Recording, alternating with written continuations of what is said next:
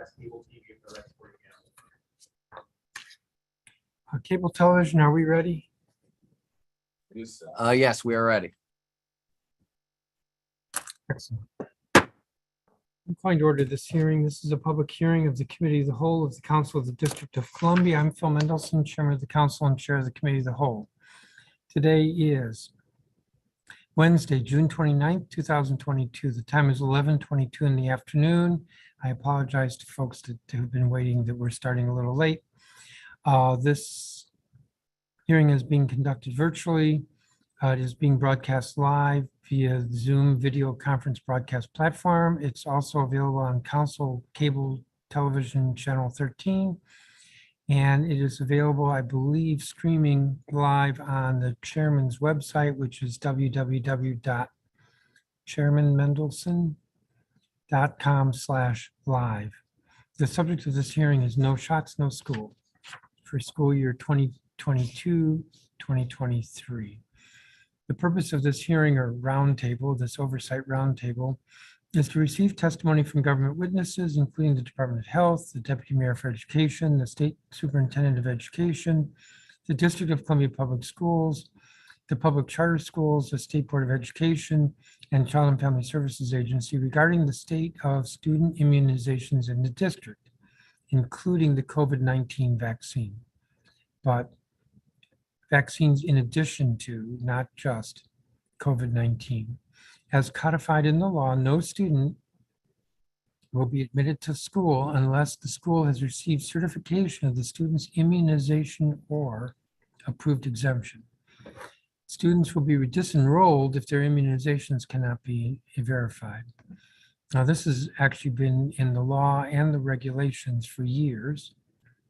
The council did modify the regulations this year to add to the list of required vaccines COVID-19 to the extent that it has been certified by federal regulatory authorities as eligible for minors. Enforcement of this statute is slated to begin this coming school year, 2022-2023. While the policy of the district is that all children should be vaccinated, it is also the policy of the district that all children should be educated.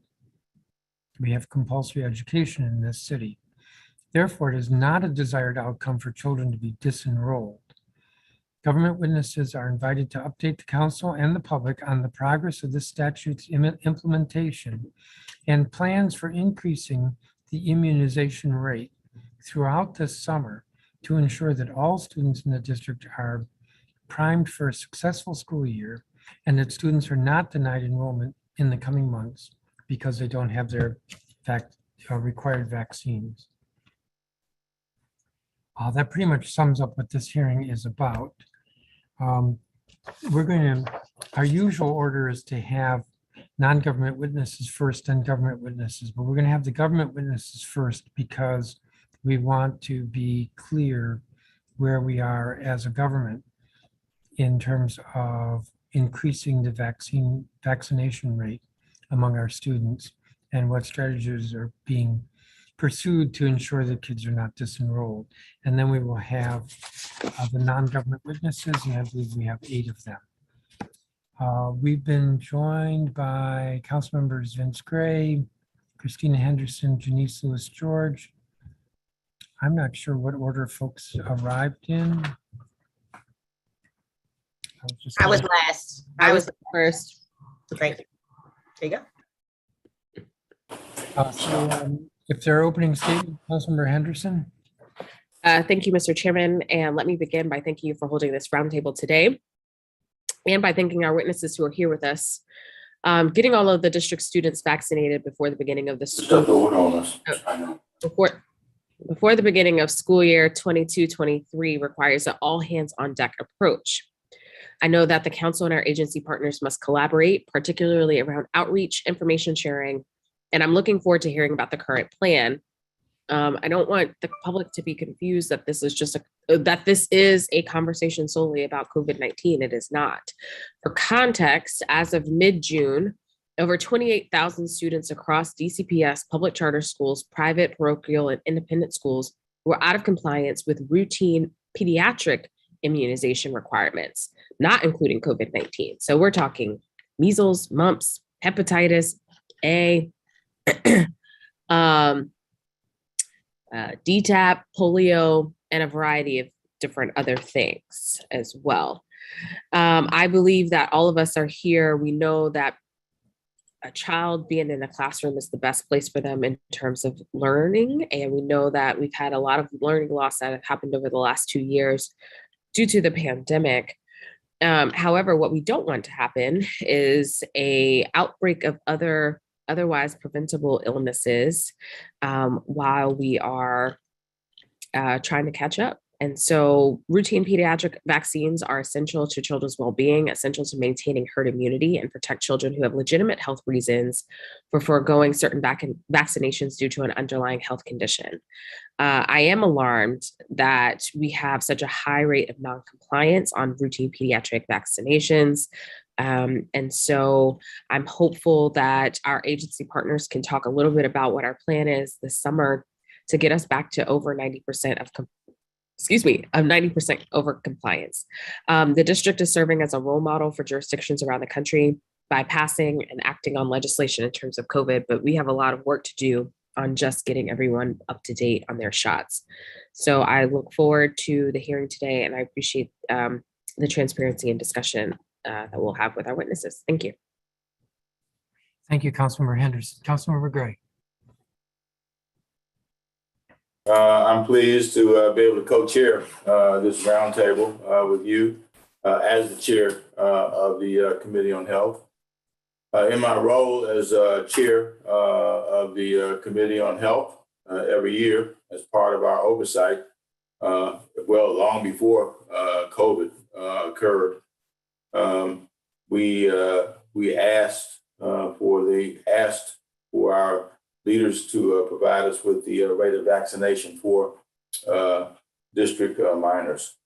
We have, as was already indicated to some extent by Councilmember Henderson, we have habitually been well below the national average, which is above 90%.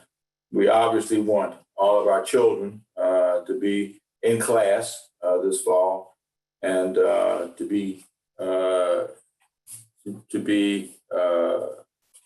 engaged with the additional requirements of COVID as well. We want to ensure that no one misses a day because their vaccinations aren't up to date. I'm looking forward to hearing from DC Health, OSSI, and Children's National Hospital on how we will inform families about the no shot, no school requirement.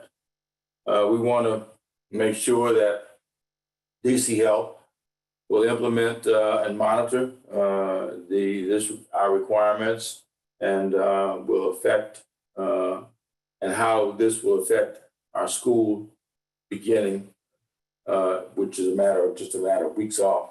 And we'll know much more about that as we start the summer, Mr. Chairman.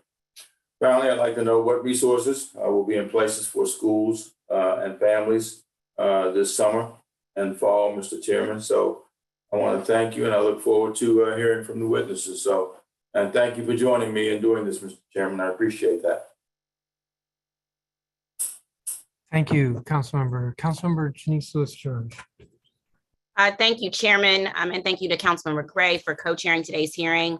I also want to express my thanks to our witnesses for making time to speak with us today. I'm here today because the district's immunization attendance requirement, sometimes referred to as no shots, no school, has been on the books for years, but not fully enforced. And if we are to balance public health with the need for in-person learning, which I think we can do, we need strong systems in place to ensure everyone is in compliance before August 29th, the first day of school, and exactly 2 months from today. I'm thankful we have representatives here today from DC Health, OSSI, and our public school LEAs to learn more about how they're collaborating and using data to inform our outreach.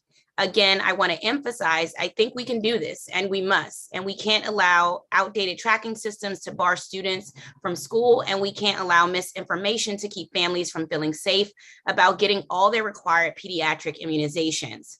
We know from pre-hearing responses that are about 75% of public school students are in compliance as of 2 weeks ago.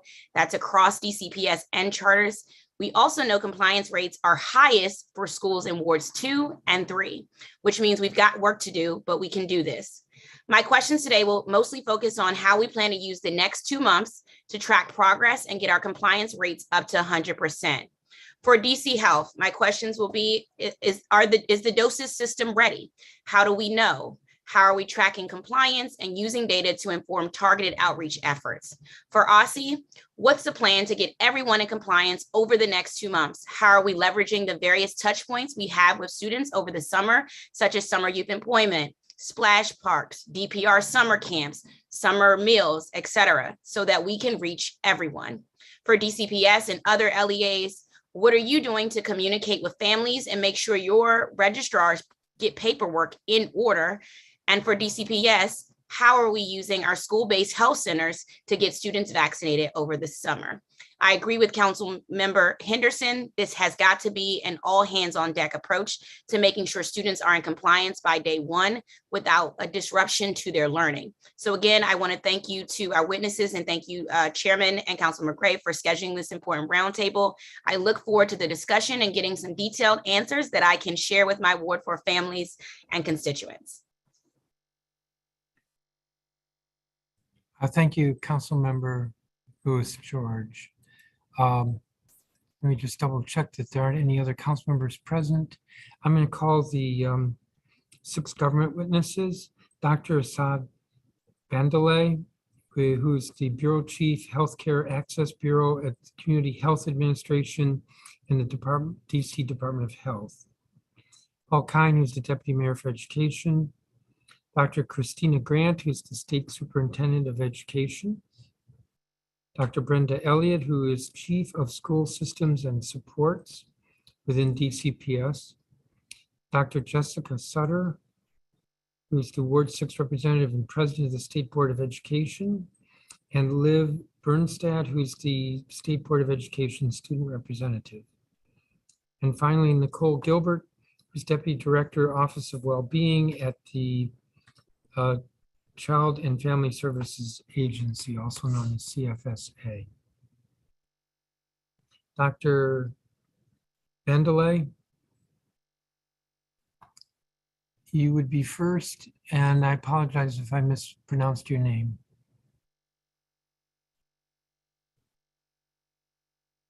And if you're speaking, you're on mute.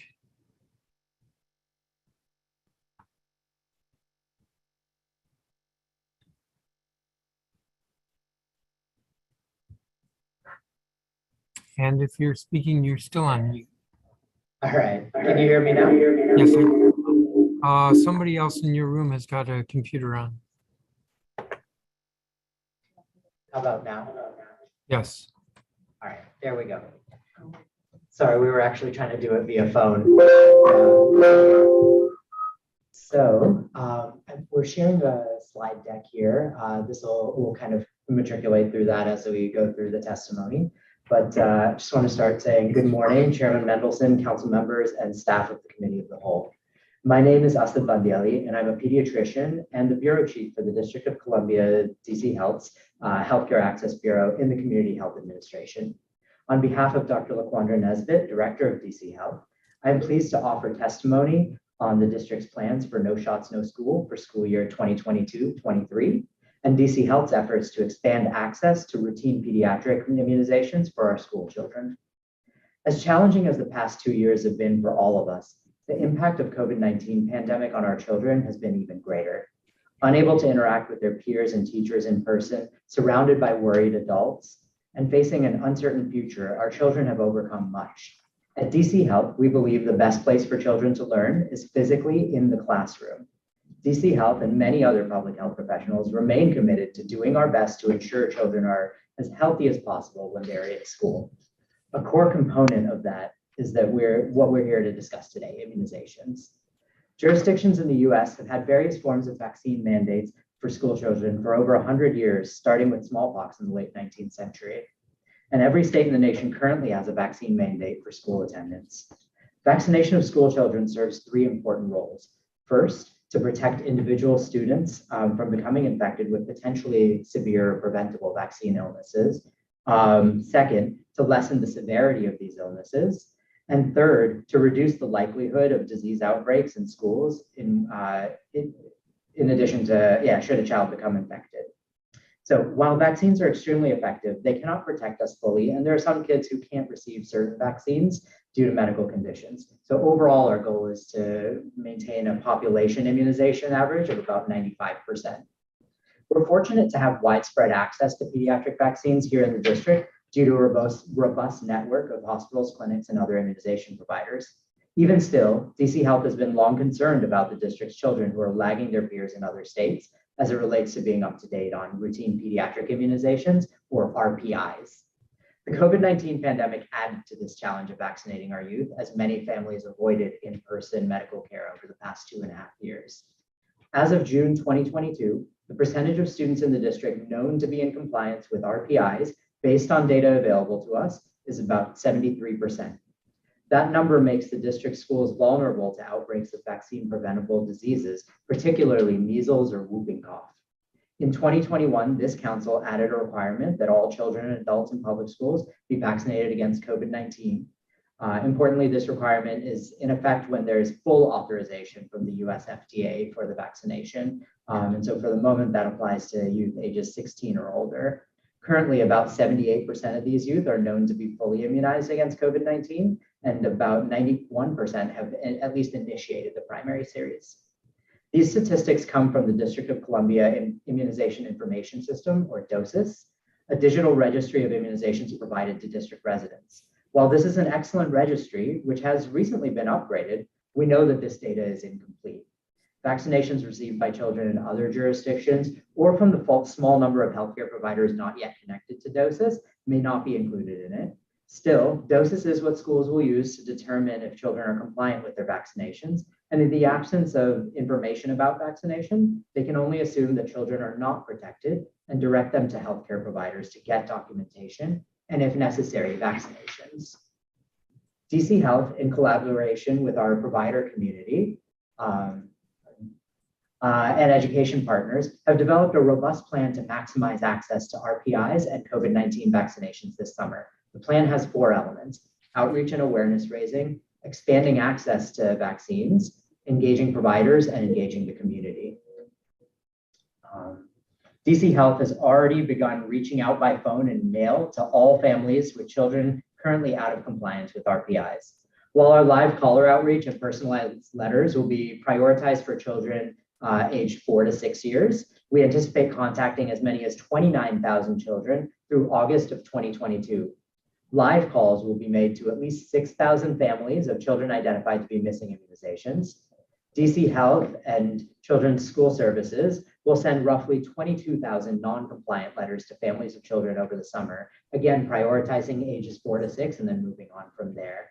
DC Health will also make 29,000 robocalls in July and August to families of children noted as non-compliant. DC Health is also coordinating with primary care providers, as well as the Department of Healthcare Finance and Medicaid managed care organizations, to conduct immunization outreach to families, either through live calling or reminder recall.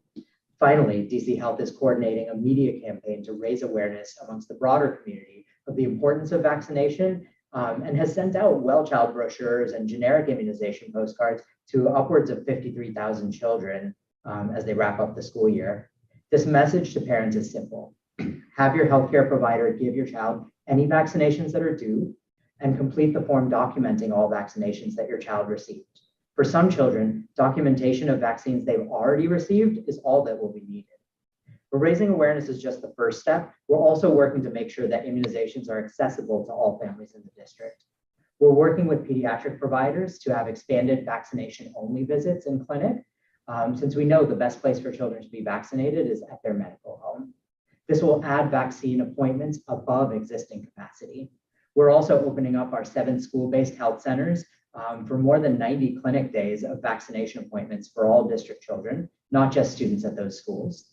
Additionally, we'll be providing on-site mobile vaccination pop-ups at up to 46 schools with lower compliance rates. We have expanded the vaccine exchange platform to allow requests for routine pediatric immunizations in addition to COVID-19, and we've actively recruited new vaccine providers to participate in the exchange. Finally, in September, if any children have not been vaccinated through all of these many other efforts, we'll set up opportunities for parents to have their children vaccinated immediately. While pediatric providers have long been partners of DC Health, we'll be adding an extra level of engagement with them this summer and fall. We'll have direct outreach to medical providers with the largest volume of pediatric visits. We'll also be sending letters and job aids to providers to make sure they know how to effectively message to parents the importance of vaccination. Finally, we'll be working with our community-based partners to amplify vaccination messaging with an emphasis on health literacy. As we know, health disparities exist in vaccination coverage rates as well, and we'll be working closely with the Black Coalition Against COVID-19 to activate faith-based and community-based organizations, create media pieces, and convene town halls with health experts to reach Black families in Ward 7 and 8.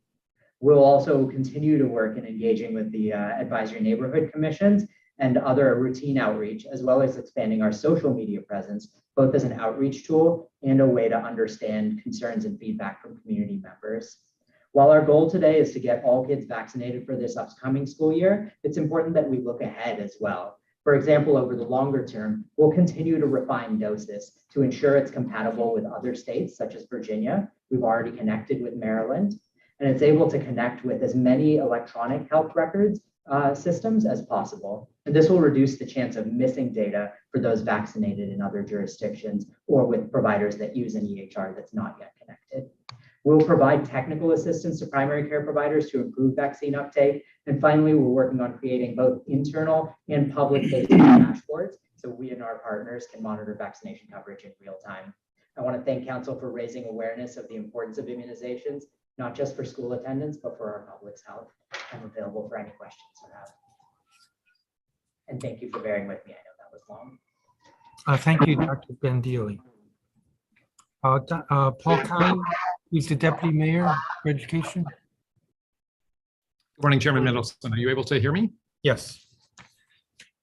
Good morning again to you, sir, members of the Committee of the Whole, staff, and members of the public. My name is Paul Kine, and I'm honored to serve as the Deputy Mayor for Education for the District of Columbia. And thank you also for the opportunity to testify at today's roundtable on No Shots, No School for the upcoming school year.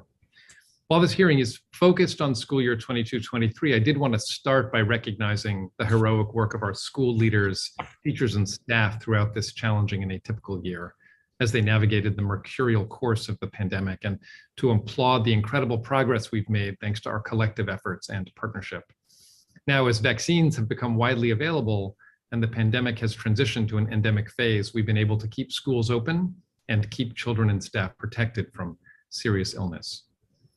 Now, as we settle into a new normal, we know that vaccines are critical for keeping our city's children and communities healthy, because vaccines are the most effective prevention strategy against outbreaks of COVID-19 and other infectious diseases. We've seen all too well how harmful outbreaks and subsequent school closures are for our students, schools, and communities, and we must do everything possible to prevent that situation in the future. This is why we are committed to putting the full weight of the district's resources towards ensuring that our youth are immunized, and as part of that effort, enforcing immunization requirements for school attendance. Our immunization attendance policy, commonly known as No Shots, No School, requires that school-age students in the district receive routine pediatric immunizations and that age-eligible students, currently 16 and above, receive the COVID-19 vaccine. As Dr. Bandioli shared, states across the country and in the region require immunizations for school attendance, and doing so is crucial for protecting the health of our students and our school communities.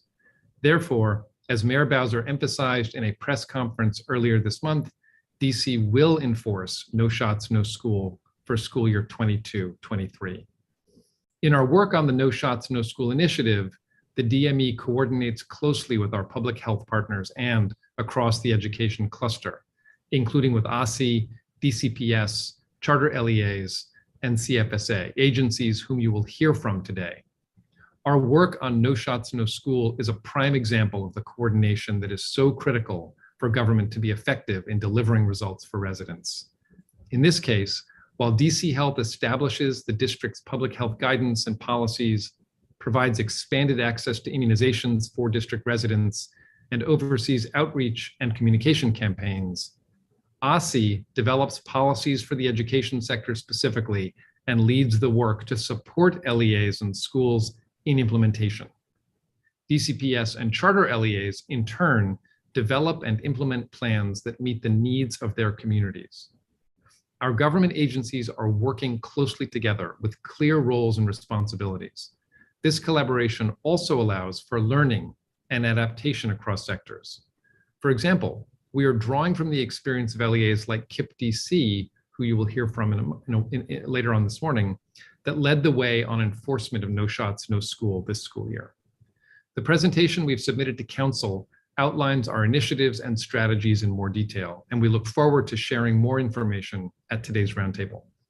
We take this work extremely seriously and encourage all students and families to take full advantage of the available resources, including significant expansion of access to immunizations.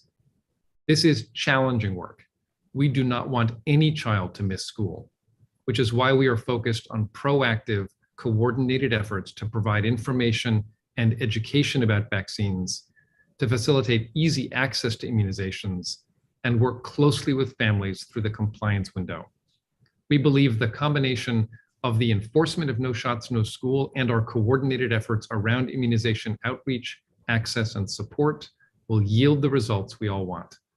However, every one of us has a role to play in encouraging unvaccinated residents, and especially children, to get their shots, to support our collective public health and the health of our school communities.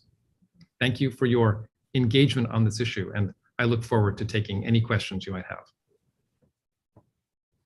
Thank you, Deputy Mayor Kine. Dr. Christina Grant. Good afternoon, Chairman Mendelson, other council members present, all gathered today for this conversation. I do want to echo the sentiments shared in thanking you, Chairman, for bringing us together to engage in this conversation.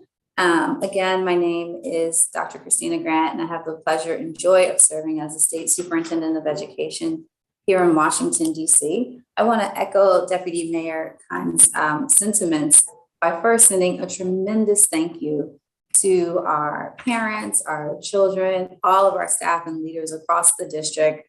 You know, we sit here today on June 29th, rounding out a historic school year, and we should come into this space grounding ourselves with a tremendous sense of thanks and gratitude as we've navigated the months that have come before us and as we make plans for this summer and for next school year. I'm pleased to talk with you all today at this roundtable discussion on routine pediatric immunizations, the COVID-19 vaccine, and our collective efforts to ensure student compliance for school year 22-23. Councilmember Henderson's sentiments are mine as well, in that this is a all hands on deck effort.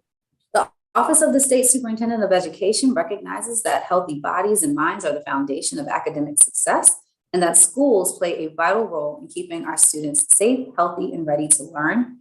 Ensuring that our students are up to date on their routine pediatric immunizations is an important component of protecting our students, our school staff, all DC residents, because immunizations are the best defense against dangerous infectious diseases. I welcome this opportunity to explain the steps that OSSI is taking to support our schools and to promote public health in the District of Columbia. We know that routine well-child visits and pediatric immunizations rates dropped sharply in the district and across the country over the past 2 years due to the COVID-19 public health emergency. Students and families were understandably concerned about visiting a doctor's office given the importance of social distancing before the widespread availability of safe and effective COVID-19 vaccines and greater knowledge about treatments and safety measures to reduce transmission. As a result, many families delayed important screenings, physical exams, health referrals, and routine pediatric shots. In jurisdictions across the country, the rates of immunizations have been slow to rebound, increasing concerns that these delays may result in secondary outbreak of vaccine preventable disease. That is why bringing students up to date on their routine well child visits and immunizations is more challenging and more important today than ever. To meet this challenge, OSSI, under the stewardship of the mayor, has worked in partnership with the Office of the Deputy Mayor for Education, DC Health, DCPS, the Public Charter School Board, Cfsa, and other DC agencies to develop comprehensive plans to increase routine well child visits, pediatric immunizations, and COVID-19 vaccinations for eligible student populations. Our collective goal is for all students to be up to date on their immunizations before the first day of school, so that no student misses a single day of school for vaccine noncompliance. In my testimony today, I will first explain the legal parameters for student immunizations in the district, and then share how OSSI has supported and will continue to support our school's immunization efforts for the 2022-23 school year. District law requires that schools verify immunization compliance for all students as a part of enrollment and attendance. Schools must review immunization records as often as necessary to ensure that all enrolled students are compliant with the district's pediatric immunization requirements, and to identify and notify non-compliant students of any missing immunizations. If a student remains non-compliant beyond a 20-day period, the school shall remove the student from school and school activities until missing immunizations are secured and the necessary documentation is provided to the school. District law also permits students to secure exemption for medical or religious purposes. The district's health regulations establish the list of required pediatric immunizations, which include vaccines against measles, polio, and whooping cough, amongst others. In addition, this spring, Council added COVID-19 to the list of required vaccinations for students eligible to receive a vaccination fully approved by the United States Food and Drug Administration. As of today, the FDA has fully approved a COVID-19 vaccination for individuals aged 16 and older. So any student aged 16 or older at the start of next school year must have received the primary COVID vaccination series or be in the process of completing their COVID-19 vaccine series. The law also provides a 7-day implementation window for when the FDA fully approves a COVID-19 vaccination for younger ages, or for when students become eligible for the COVID-19 vaccine after a birthday. Our schools and LEAs are on the front lines of enforcing immunization requirements for students, and OSSI has taken steps to support our schools with the information and materials they need for success. In the winter of 2020, OSSI released a comprehensive immunization attendance policy and began training schools for uniform enforcement across DCPS and public charter schools. However, in March of that year, the COVID-19 public health emergency disrupted and delayed its implementation. As a result, as you all are aware, routine pediatric immunization compliance is too low. The district has turned a corner in our fight against the COVID-19 virus. OSSI ramped up our preparedness and updated our materials to ensure schools have the support they need to enforce the district's school immunization laws properly. We have revised guidance, we've provided training, and we've given materials and have engaged community partners, LEAs, and school leaders on reinforcing immunization compliance. This engagement has included weekly newsletters, bi-weekly calls on health and safety protocols, training on relevant data system updates, and a dedicated community of practice for school leaders on vaccine access. Our website has been updated to include materials to support schools with immunizations. We have posted a comprehensive 6-step policy for enforcement. We've recorded trainings, we've provided answers to frequently asked questions, best practices for forming school health teams, and provided decision trees and flowcharts for understanding the steps school leaders should take regarding student immunizations. Our website also includes materials schools can use when working directly with families. The materials, which are available in 7 languages, include sample letters to notify families of missing immunizations, necessary health forms, flyers, frequently asked questions, and important immunization education materials from the Centers for Disease Control and Prevention. In addition, OSSI developed an early access to immunization data application for DCPS and public charter schools. This application allows schools to access student-level immunization compliance data for both currently enrolled students and students who are pre-enrolled for the 2022-23 school year. This tool allows schools to begin immediately to reach out to families as they anticipate who will be enrolled in their schools next year. Conducting this outreach early will increase immunization compliance and minimize the need for enforcement measures. I'm also pleased to share that OSSI has already laid the groundwork to have a patient care technician in place to support every public and public charter school. As I announced at the LEA Leaders Call on June 16th, the patient care technicians will support immunization compliance by providing needed administrative support, including by helping families make appointments to get their shots. Now we'll shift to address what OSSI has done and is doing to support youth COVID-19 vaccination efforts. We released guidance and materials this year to help schools and community partners promote the COVID-19 vaccine. And we recently released new guidance to prepare schools for the new COVID-19 vaccination requirement for the upcoming school year. Our partner agencies have been integral to this work, and once again, we say thank you. For example, as COVID-19 vaccines received emergency use authorization, DC Health and the Office of the Deputy Mayor for Education led vaccination access, incentive, and promotion programs, including connecting schools with the DC Health Vaccine Exchange Program to host school-based COVID-19 vaccine clinics and stand up COVID centers in all 8 wards. Beyond making resources and training available to schools, OSSI has been also working closely with our partners at DC Health to share information about additional immunization opportunities available over the summer and into the fall. As we know, a family's primary care provider is the best place for a child to receive their annual well child check and immunization because of the continuity of care that can be established and maintained. However, as the first day of school approaches, appointments can fill up quickly and be difficult to schedule. This is why DC Health is setting up mobile vaccination units, school-based health centers, and other community and school-based opportunities across the district.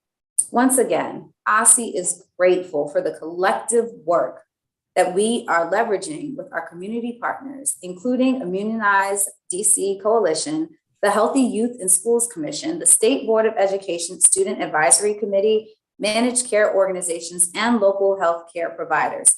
Many district schools, child care providers, and school nurses have shared their ideas, their feedback with OSSI and DC Health on this massive effort. These partners continue to provide important insight and feedback on our collective community efforts to increase well child visits and vaccinations. We will continue to rely on them through the summer and fall to provide on-the-ground feedback as we prepare for the next school year.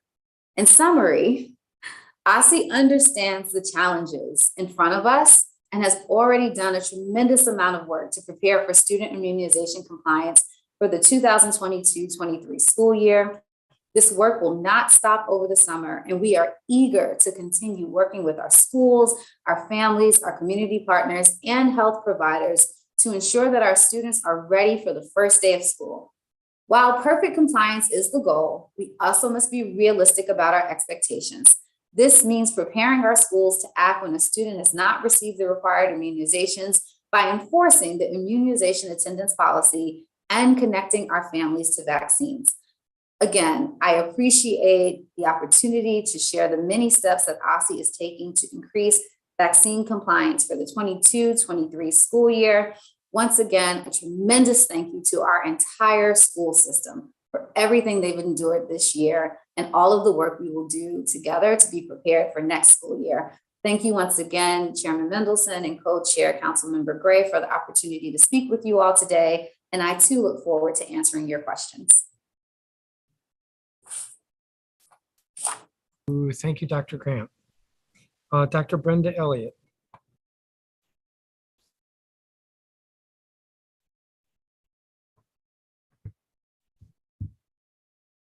Good morning. Can you hear me? Good morning. It's actually afternoon by 2 minutes. Oh, okay, great. Good afternoon, even better. Good afternoon, Chairman Mendelson, members of the council, staff, and members of the public.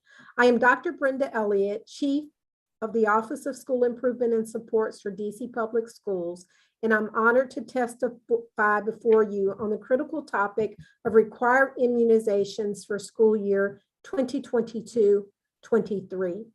I also want to begin by thanking our school leaders, school staff, students, and families for their incredible trust, support, and the Herculean efforts that allowed us to have a full year of in-person learning in spite of numerous challenges due to COVID-19.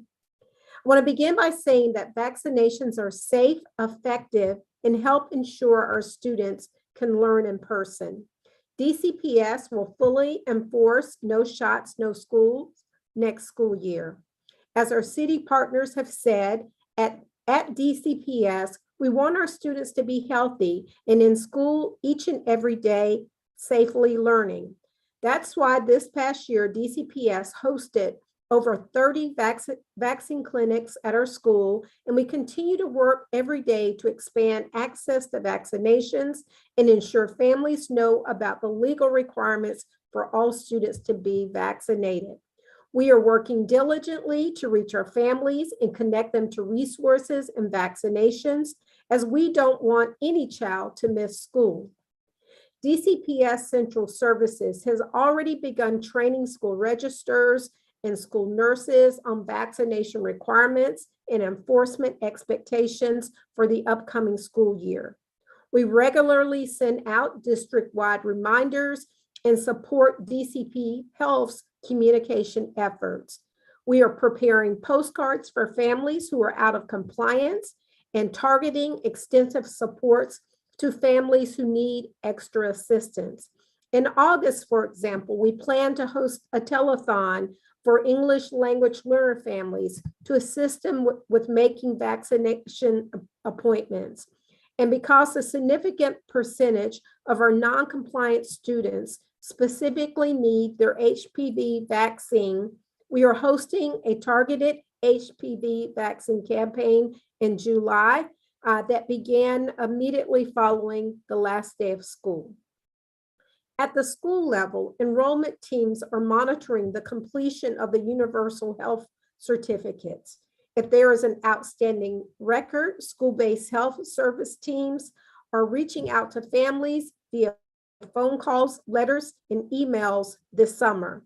To our school-based staff who are wearing many hats, we thank you for your diligent efforts. DCPS is also pleased to support our city partners as we come together to expand access to vaccines over the summer. We're collaborating with our school-based health centers, which will be open to all school-age students in the district for summer vaccination appointments starting this month. Additionally, we are partnering with DC Health so that DCPS schools with low vaccination rates can host mobile clinics at the start, prior to the start of the school year, in addition to schools being able to request on-site summer vaccination exchanges. Finally, we'll continue to highlight the availability of COVID centers in all 8 wards where students can walk in to receive their COVID vaccines 7 days a week, as well as the mass vaccination sites in September. Beginning on the first day of school, we will accelerate our supports for families who are non-compliant with immunization. School health teams will be speaking to parents in person, conducting phone calls, and connecting families to resources closest to their homes. Our school nurses, who primarily serve as the immunization point of contacts, the IPOC in our schools, are an essential component in our immunization compliance response. School nurses, in addition, will work in collaboration with our school-based health teams and will work extremely hard to support students who are out of compliance, providing updated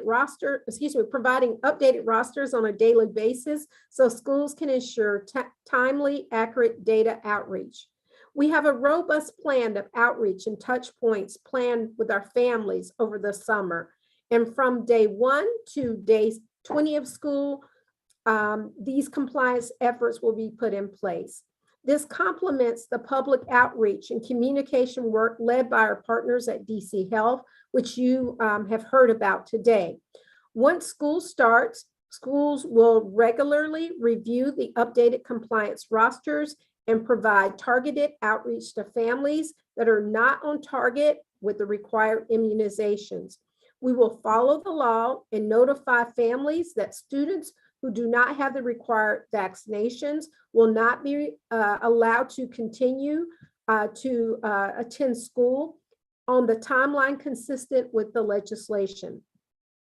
Immunization non-compliant students will be coded as unexcused absence immunization and will continue supporting families and reaching the compliance as soon as possible. To our DCPS families, we thank you for the incredible way that you support your students' readiness for school. Please schedule your child's wellness visits, physicals, and/or immunizations as soon as possible, and at your earliest convenience, turn in the updated universal health certificates to your schools.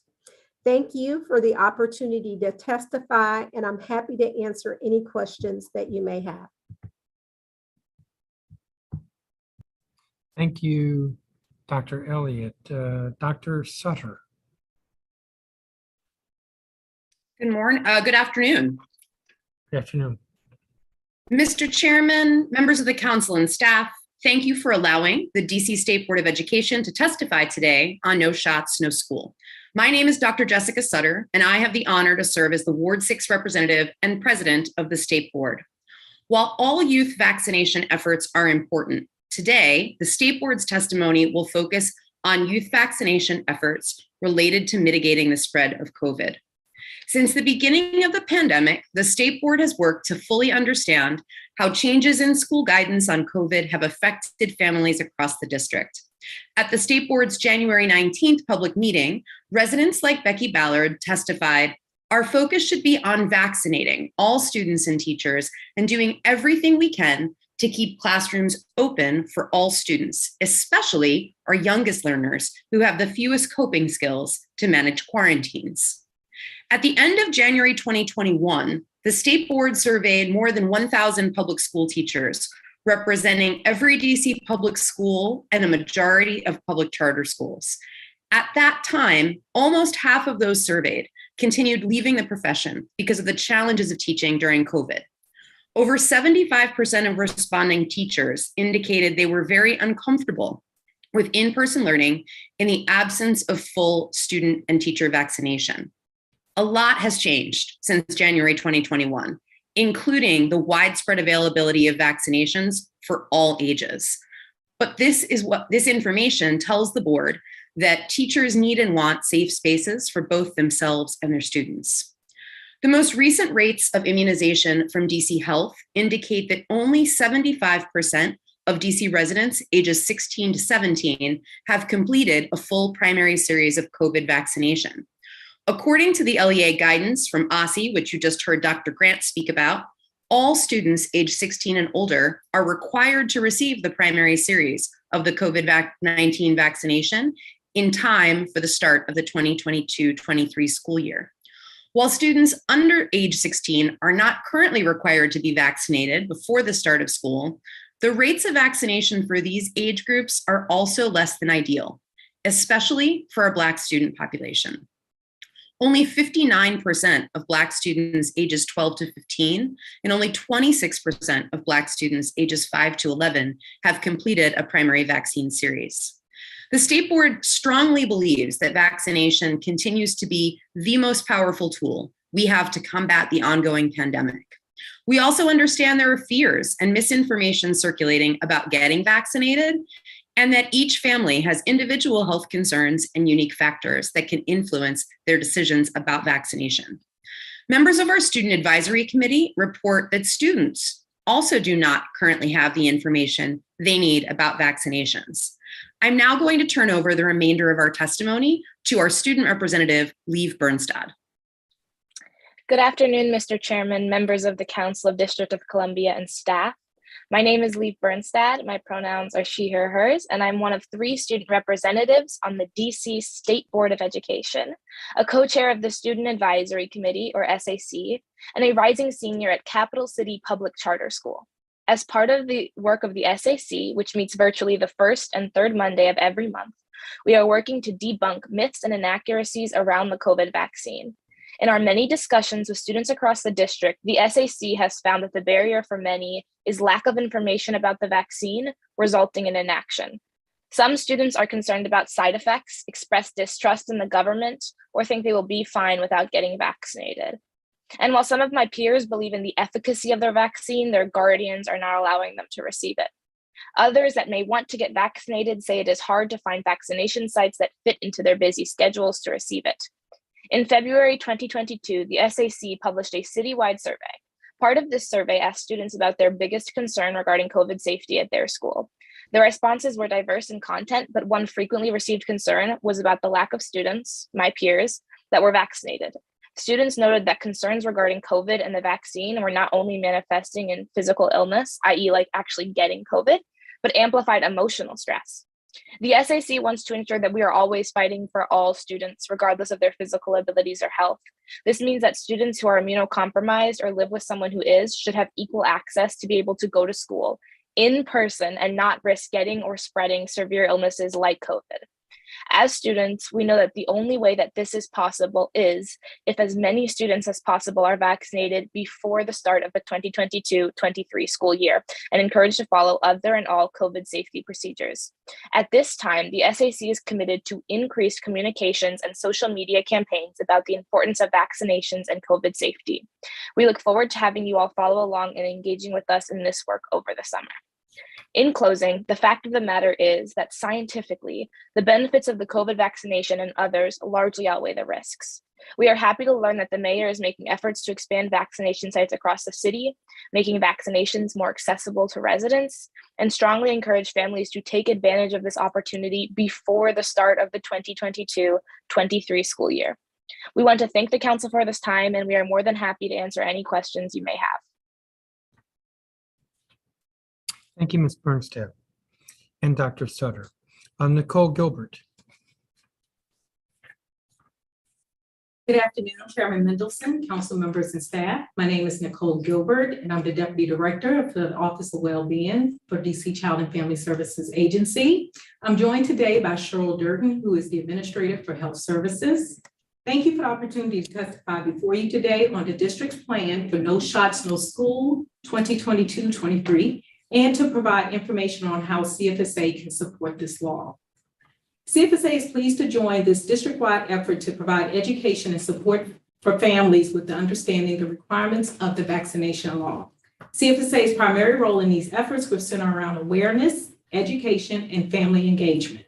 Our approach will be based on 3 areas. Foster care. For children and youth in the care of CFSA who have outstanding immunizations, the CFSA Health Services Administration will work with the social work teams to obtain parental consent for children to receive vaccinations. The primary provider, who likely has an established relationship with the youth and current medical information, will play a key role in supporting vaccination compliance. If the youth does not have a primary provider or another resource to get vaccinated, the CFSA Healthy Horizons Clinic staff is available to provide vaccinations. Linkage and support. CFSA, the collaboratives, and the Family Success Centers will educate our families and those in the greater community on requirements of the law by distributing materials provided by the Department of Health and providing resource information on how to access vaccinations for their children through DOH mobile clinics and mass vaccination sites. Referrals to CFSA. Families referred to CFSA will be served by our Educational Neglect Unit. The triage unit will support families with understanding the law and its implications. Additionally, CFSA staff will receive refreshers on the vaccination policy and expectations of the law. We're confident that working in partnership with our sister agencies and family-facing organizations, that together we can help more parents understand the law and respond accordingly to the needs of their families. It is our hope these steps will assist the district in achieving its goal that all school-age children eligible to receive vaccinations are able to obtain them with minimum to no disruption to their education. Thank you for the opportunity to testify before you. I'm happy to answer any questions you may have at this time.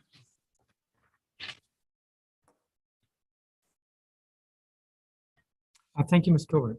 So we're going to have at least one 10-minute round of questions for council members, and I will start. I'm going to begin with the testimony from the state board. Dr. Sutter, you said this. I don't know if Ms. Bernstein would want to add to this. You said students do not currently have the information they need about vaccinations. Can you say more about that? Yeah, I want to defer to Ms. Bernstadt here. Yeah, sure. So thank you for the question, Chairman Mendelson. I think this isn't an issue of exactly like having access to the information, because sure, students can Google things. This is about having a kind of more contextualized information, because if students don't believe in the efficacy of the vaccine for themselves, then they're not going to want to get it. If they understand, if they have data, what we found is that while some students may have access to the data, they don't necessarily have the contextualization they need to say, okay, so I should go forth with this, because they hear a lot about we need to do X, Y, and Z to protect the elderly or protect immunocompromised people, but students who are young and relatively healthy feel disconnected from that almost. And it's also just oftentimes not communicated in a way that's engaging. If you sit in school for 8 hours and then someone tells you something with extremely scientific language or that's extremely data heavy, it's super easy to disengage from that. So it's more about lack of access to information that feels meaningful to students. Or to put it another way, that the schools, not just DCPS, but the other LEAs, need to be thinking more about a communication strategy with the students to incentivize the students to want to be sure that they're vaccinated. Chairman, I'll just add one thing that our students have told us as members as well, and that's the importance of providing that information to students and their families together. Several of our students talked about living in multi-generational households and needing to have someone communicate this information to them and their guardians together so that they could then discuss it in private after having the same set of shared information presented to them to make that conversation a little easier. Because I'm on a clock, I'm going to shift to Child and Family Services. I have two questions. One is, will immunizations be available at Family Success Centers? Ms. Gilbert? No, they will not, Chairman Mendelson. We do not plan to have vaccinations at the Family Success Centers. However, our health services clinic is available to support our children in foster care with vaccinations that they're unable to obtain either by their primary provider or in the community. You have one clinic, or how many clinics? We have one clinic. Okay, so that's for citywide for all students, including foster who may be out of state? The clinic's focus, the target population is our foster care youth. It's a small clinic. And those other students, we will support them with connecting to vaccination sites and clinics and their primary providers. Why not at the Family Success Centers? I can actually follow up with the director on that, but at that time we had no plans to do that. We were planning to use the Department of Health vaccination sites that they already have established as a resource. Sure, I'm just thinking that if we want to increase the vaccination rate, we want to make it so easy for folks to get their shots that they don't have to go anywhere. Wherever they are, they can get their shots. Now, that may be overstating it a little bit, but I could ask the same question of Department of Health. I still do not understand why the Department of Health has a contract for school nurses, but the school nurses cannot administer shots. Yeah, I can speak to that. And in truth, sorry, are you able to hear me better now? Yeah, I can I hear switched you. to, yeah. So it's something that we've considered, right? We've certainly thought through it. There are a few kind of considerations here. One is the logistics. So we're talking about 15 or so vaccines that would need to have cold storage, both for VFC and then separately for anyone who has private insurance. There's a lot of kind of very technical requirements of the Vaccine for Children's program, such as digital data logging and certain protocols for avoiding waste and abuse and fraud management and all of that. And so there's a lot of kind of logistical aspects that go into it, but then also kind of experience. We've done it in certain settings before and certain contexts, and it just hasn't been taken up that much. Most families prefer to go to their primary care or go to a healthcare provider to kind of access their immunizations. And certainly, like, it's part of a larger package of what you do in primary care, right? And so, we definitely think that that's the best place for it. But then in addition, we know that this is where students are, and that's why we're targeting the mobile vaccination efforts to schools, and that's why we're coordinating with the schools with the lowest compliance rates or highest number of kids non-compliant, to make sure that we're putting easy opportunities right there where they can do it. School nurses are also doing a lot of other things. Part of it is processing the data and analyzing who is immunized and providing that info to school leaders who then enforce policies, but then also administering medications, participating in meetings around 504 plans, dealing with acute health things that might come up in a given day. There's a lot on their plate, and then a lot of logistical aspects. And then we know that, as you said, put it where people are, make it as easy as possible. That's why we're targeting some of the mobile stuff directly at schools. Well, you threw out a lot there, and there were a couple of thoughts that went through my mind. One of them, which is going to sound a little harsh and unfair, and I don't really mean it to be so harsh, but a lot of your response sounded, forgive me, bureaucratic. There's this we have to do, and that we have to do, and this safety and that safety. But we're talking about trying to keep our kids in school.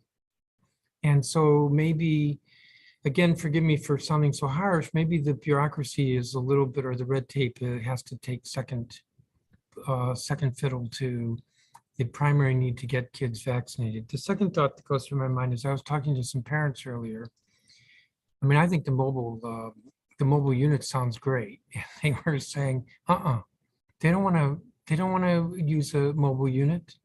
And I suspect that there's probably, that's not just a few parents I was talking to today, that's other parents. So yeah, a mobile unit sounds great, but if it's not what attracts the parents, because that's what we want to do. The third thought that goes through my mind is you said most students or families prefer their primary care.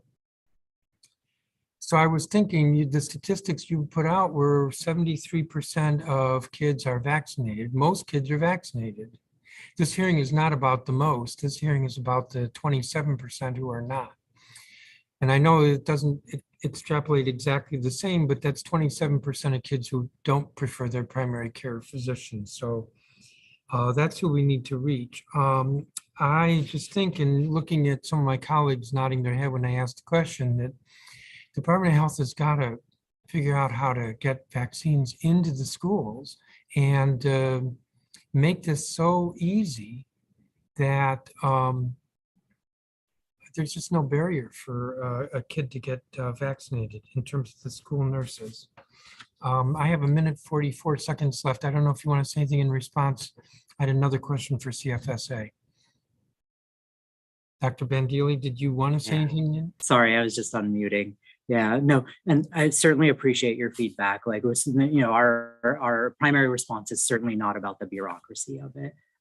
Certainly want to make sure that it's clear that it's also safety, right? Those vaccines need to be kept safely. They need to be administered safely. It's the primary care settings and the medical providers that we're contracting with to kind of do this mobile work, do it on a daily basis, and are kind of well suited to that task. It's certainly safer and more efficient that way.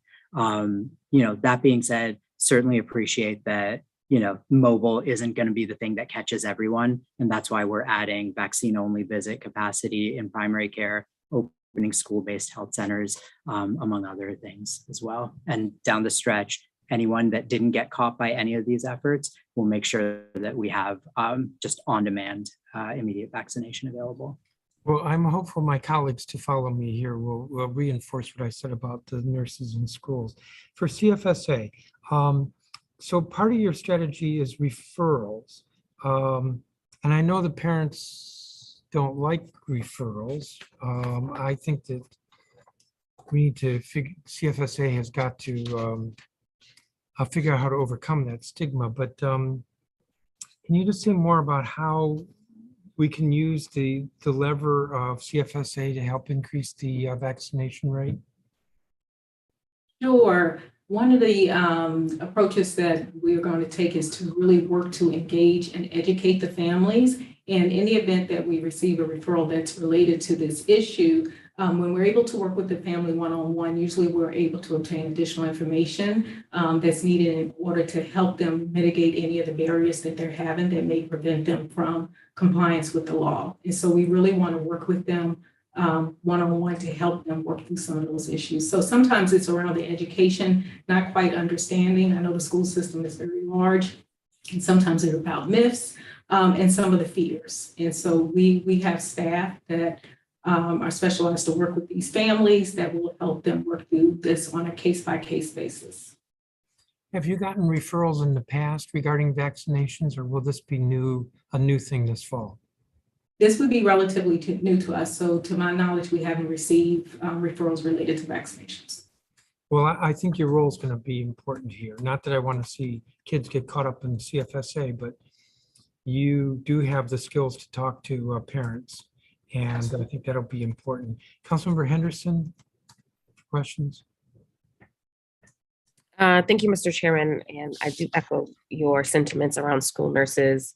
This was kind of a source of frustration, I think, during the COVID pandemic piece too, is that we paid for all these school nurses and we're not really letting them nurse in terms of providing shots, even administering tests, but that's neither here nor there.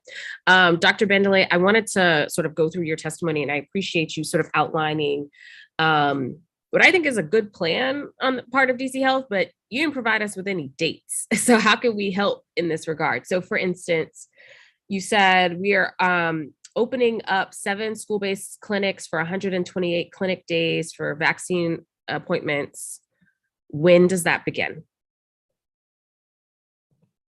Yeah, sorry, I didn't want to clutter it up with too many numbers, but that begins next week, basically.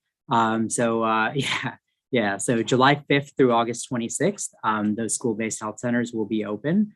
And will be part of our communications campaign will be kind of daily tweeting. These are the places you can go to get your vaccines, whether that's school-based health centers, mobile stuff, the vaccine only visits in primary care.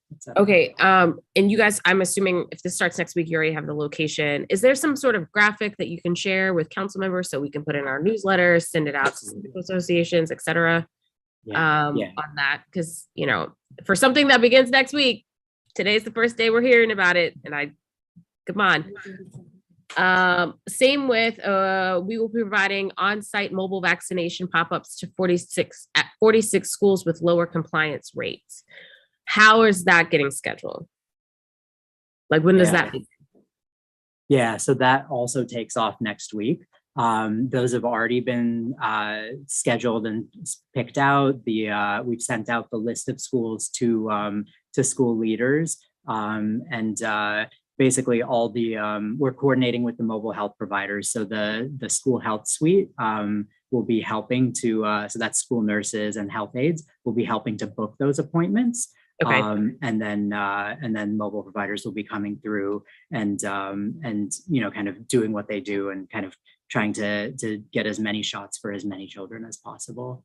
Is there a website for this? Do y'all have this online somewhere? Yeah. So I'm sharing this, but this is up on the web now, but we'll certainly share links after this so that, like anything that you're able to do to kind of get the word out, certainly we're trying to leverage any possible avenues. So if you're able to contribute to that, we'd certainly love to partner. Okay, because I mean, I think this is, like I said, all hands on deck. We have to be united in this effort, but can't be united if I don't have the info. And so, we want to try to get the bang for their buck, especially for the pop-up clinics. We want to make sure that they actually have people who come to them, but they have to kind of know.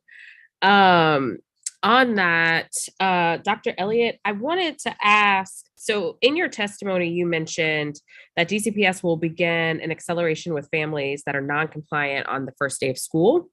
I'm surprised that DCPS doesn't plan to accelerate that timeline. So for instance, you all have registrars who already know who didn't provide their updated documentation when they submitted their enrollment forms. Can't we start the reach out earlier than August 29th? Thank you for the question, Council Member Henderson.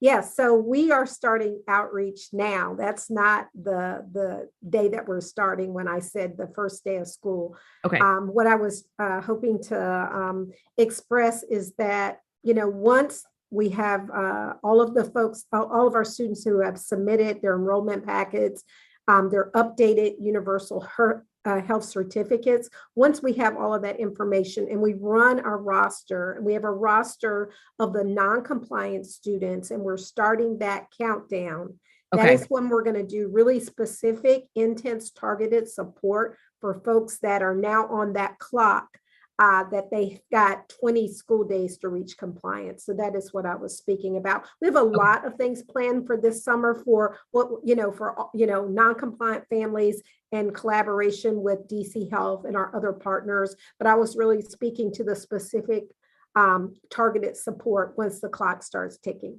Okay, got it. And just as a clarification, Dr. Bandely, the pop-up vaccination clinics are happening at both DCPS and public charter schools.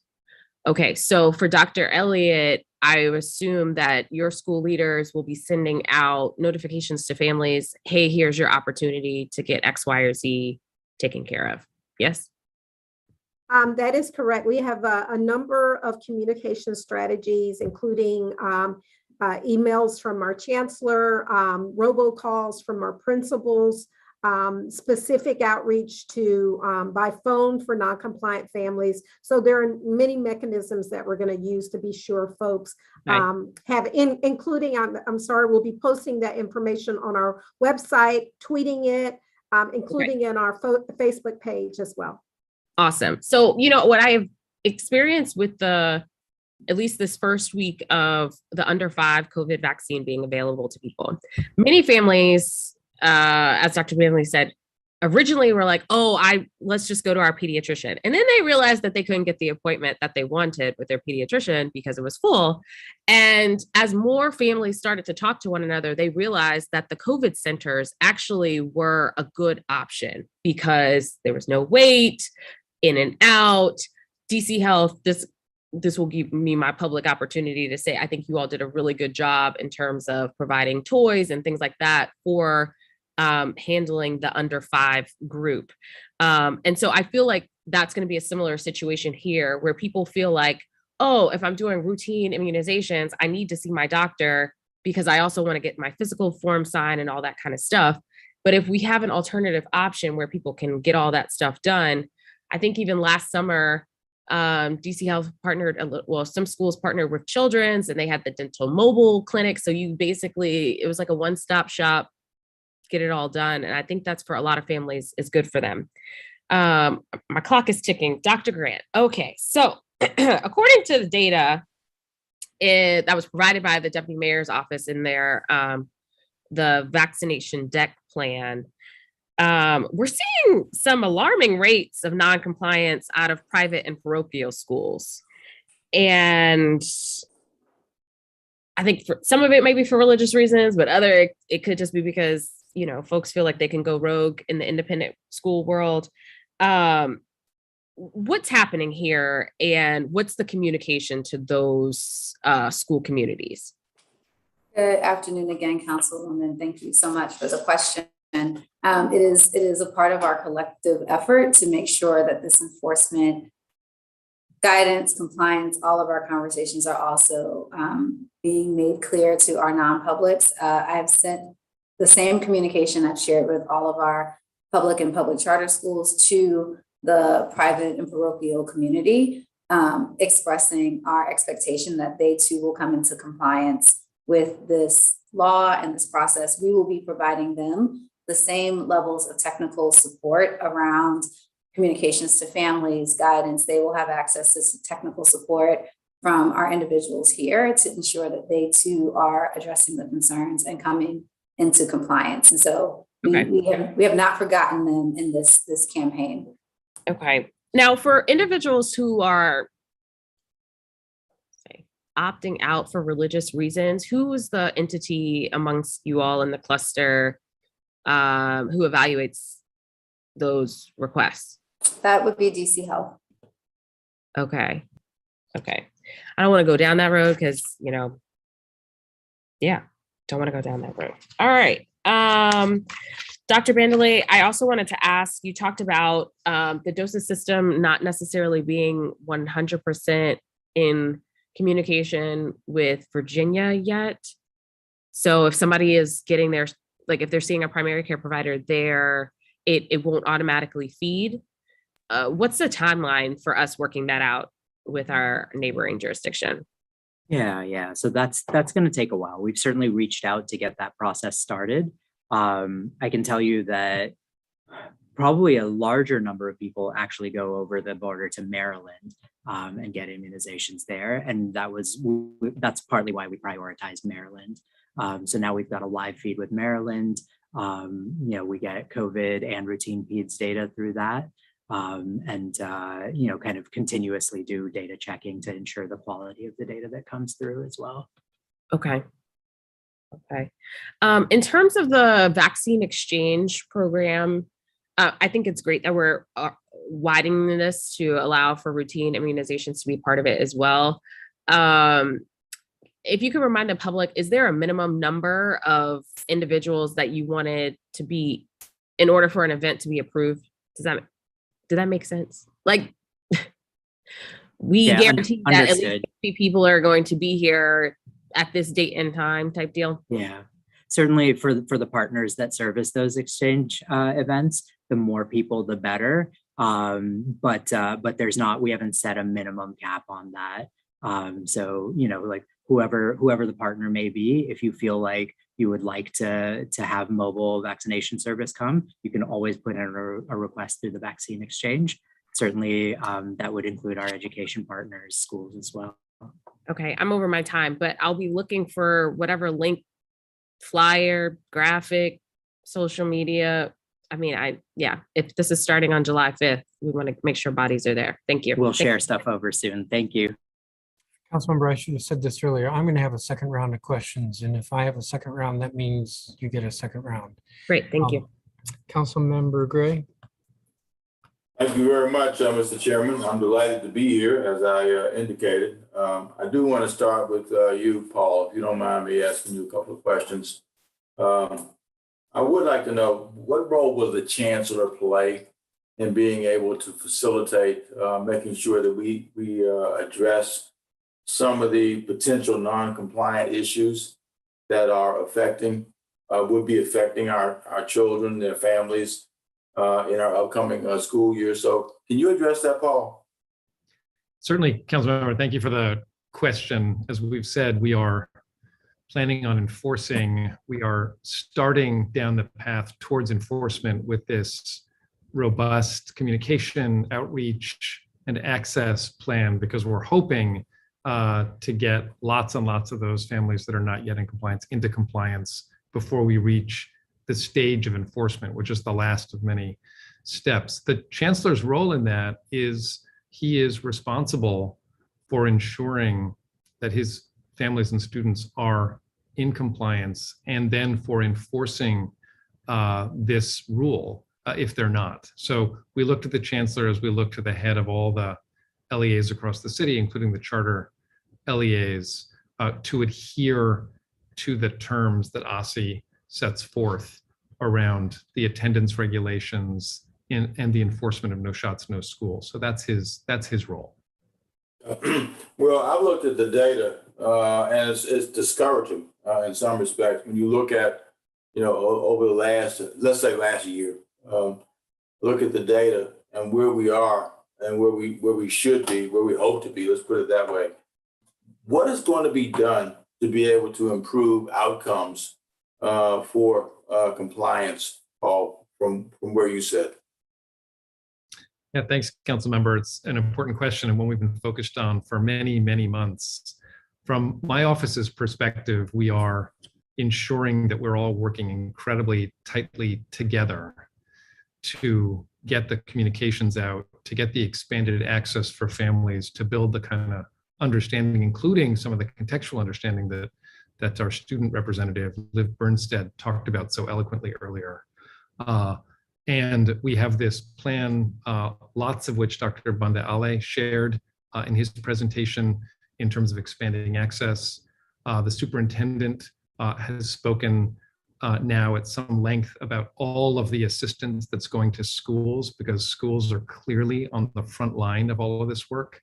So we're empowering schools and school communities and school administrators with the information and data that they need to know where they're at, but also with the tools to ensure families have what they need to get into compliance. So there's an extremely robust set of efforts, both on the communication side, the expanded access side, and then into schools and school communities to ensure that they are playing their part as well.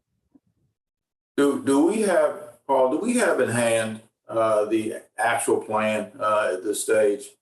I mean, every one of us should have this in the council and other entities that are involved with this, but certainly those of us who, as I chair the Committee on Health, I'd like to be able to have in hand what the plan is moving forward. So do we have the plan in hand at this point?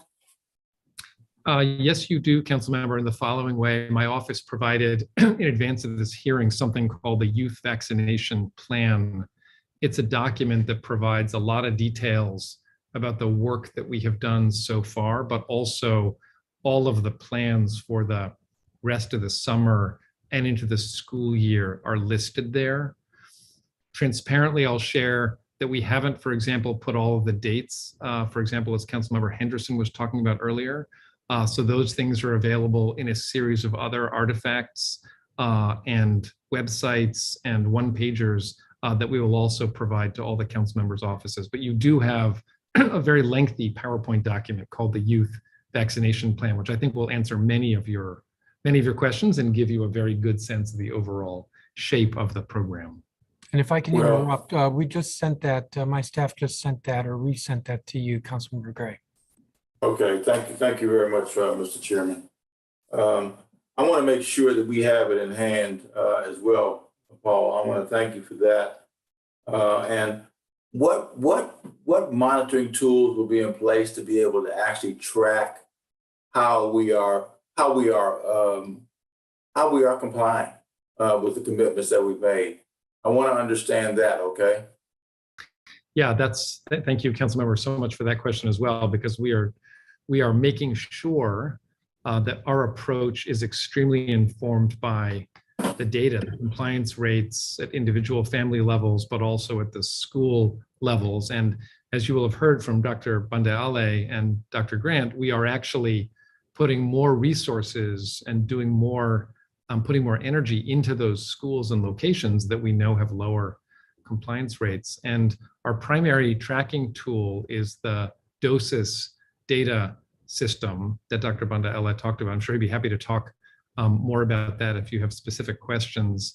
And that is something that we have access to on a regular basis, both within schools, so schools can track their own compliance rates and the compliance of individual students within their own school walls, but also at the level of LEAs and at the level of the system. And again, Dr. Grant can talk in more detail about how we're planning to use that to inform our technical assistance, direct outreach, as we lean into schools that we think we're most worried about. We have a very specific set of plans around how to target our interventions based on what we're seeing in that data.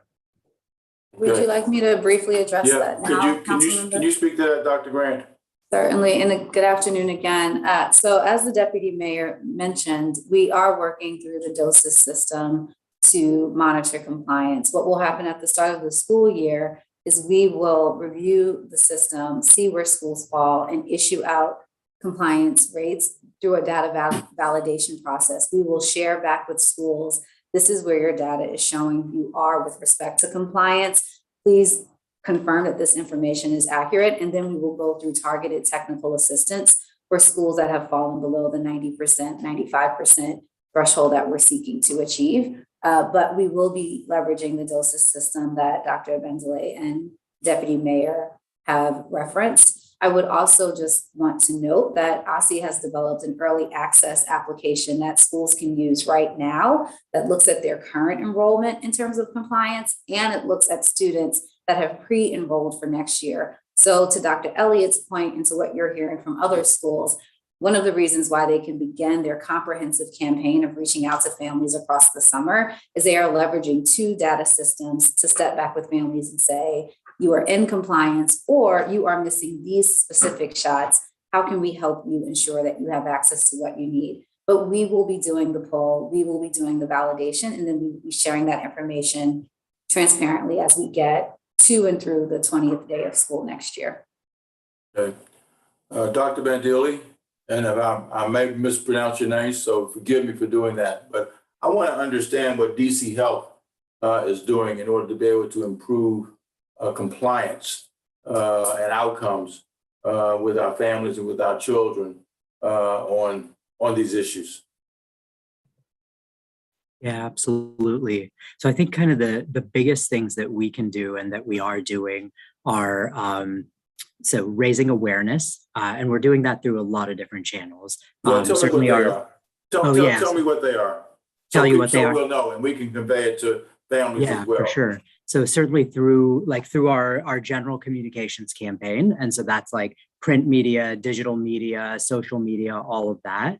We're also reaching out through kind of the healthcare provider network, groups like the DC American Academy of Pediatrics, as well as kind of all the primary healthcare providers here in the district, to kind of get messaging out there and to kind of explain to them how the No Shots, No School works and what their role can be in ensuring that children are immunized.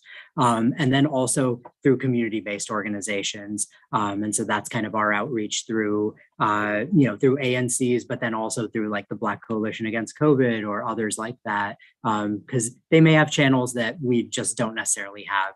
I know a lot of people are on Nextdoor, and the ANCs I know are live on there. So that's another way to get through to people. And then we host regular meetings as well. We're planning town hall events. We host meetings and with providers. We meet with them regularly for vaccine for children's providers and as well as for COVID-19 providers and the dual enrolled ones. We're also, kind of doing a lot of coordinating amongst all of the agencies here. We have regular standing meetings to be able to kind of coordinate all of our work so that we're all kind of getting the same messages out through our multiple channels.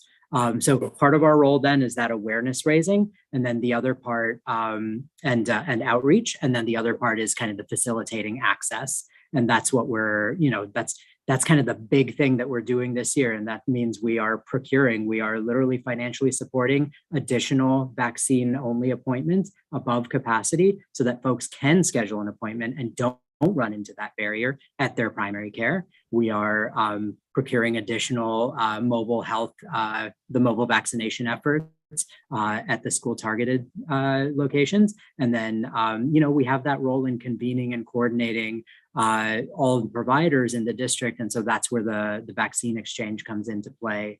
Opening up resources that already exist, like the school-based health centers, to make it that much easier for folks. So it's a lot of like communications and awareness raising, and then vaccine access and facilitating that access. All right, thank you very much. My time is up on this round, Dr. Bedelia. I appreciate it very much. And we may have some additional questions that we will direct your way in the aftermath of this hearing, if that's okay with you. Okay. We'll have a second round, so if you have some more questions. Councilmember Lewis George? Thank you, Chairman. I first wanted to start with the chairman's point regarding having our school nurses administer vaccines or immunizations. And I hope that there can be a policy change around that. I can say, you know, as a free and reduced lunch DCPS kid who had a single mom, worked at the post office with, you know, a postal worker with 3 kids, it is absolutely, the preference would be for the nurse at our school to give the vaccines or the immunizations, because parents who are similar situated, I've known people down the street who grandparents are raising their kids, they don't have time to sit on phones with their primary care doctor, set an appointment and make sure that appointment falls in line with their work schedules for working class people.